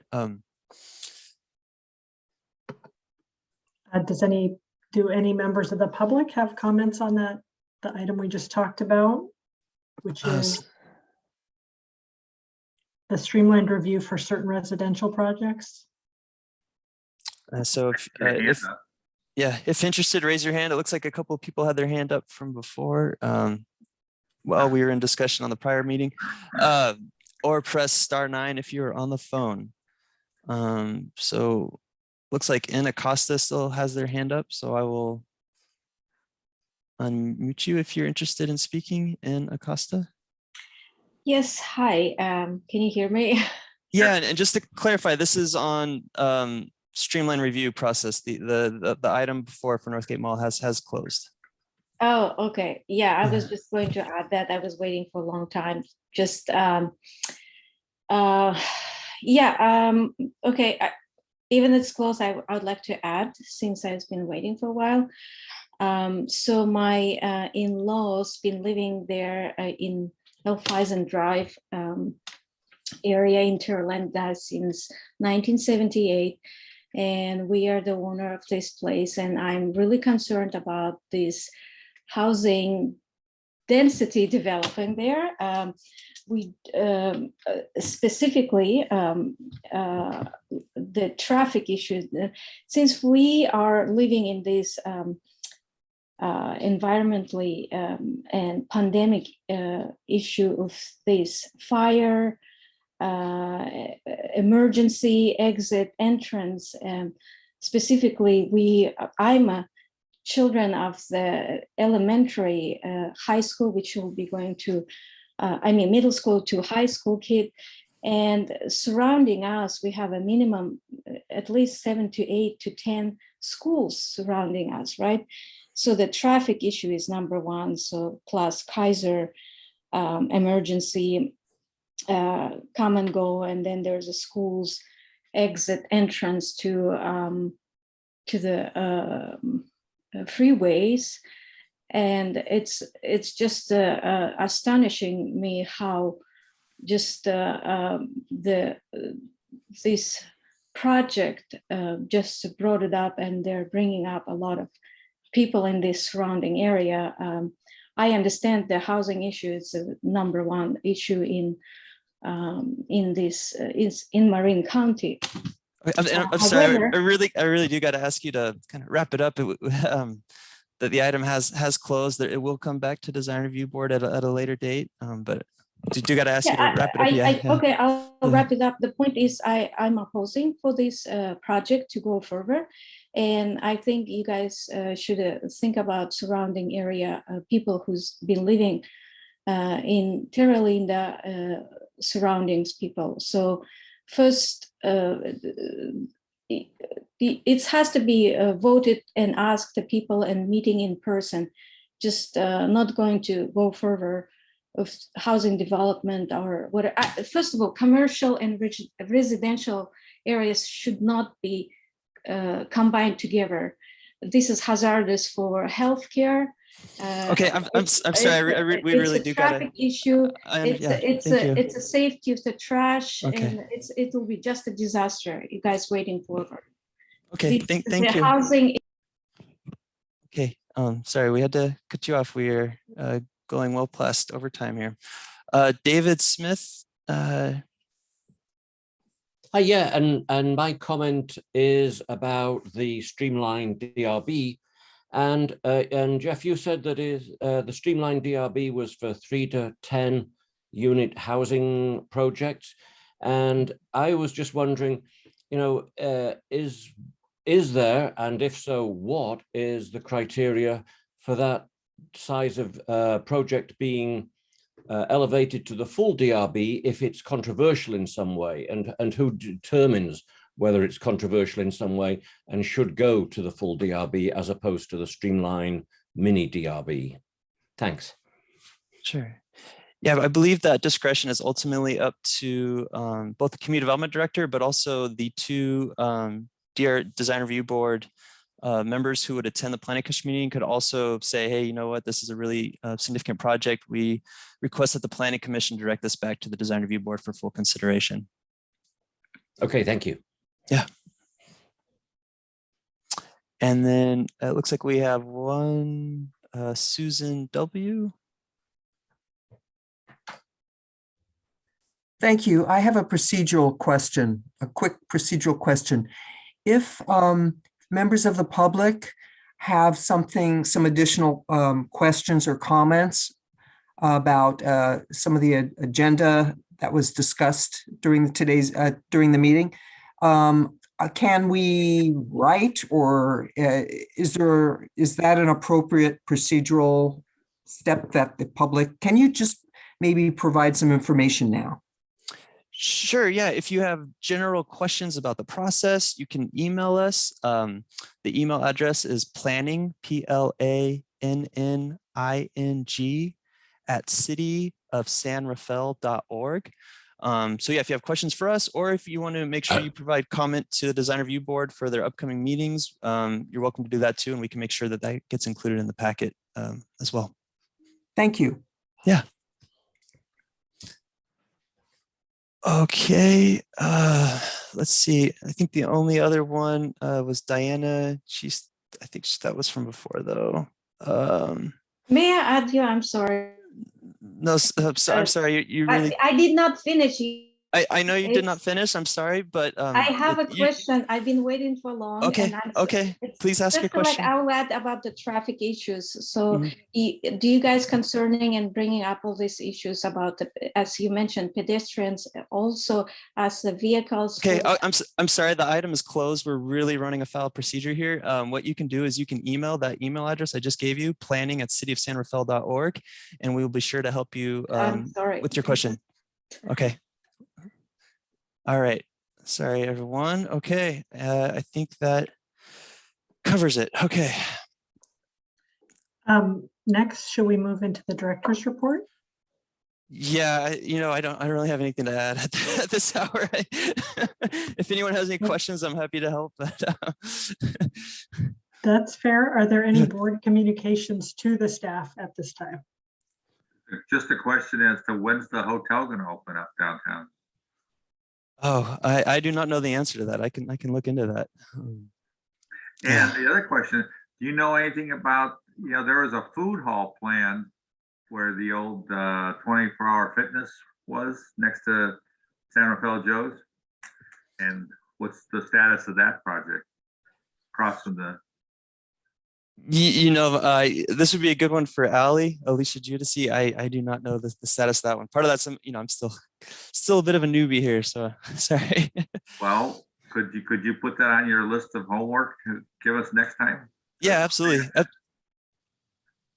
Yeah, absolutely. And I have a response for Stuart when he comes back too, regarding his question about public comment on general items too. So I'll wait till he comes back. Okay, good. Thanks. Yeah. Okay, and I think with that, this meeting is adjourned. All right. Thanks, everyone. Thank you, Jeff, Tricia, everybody.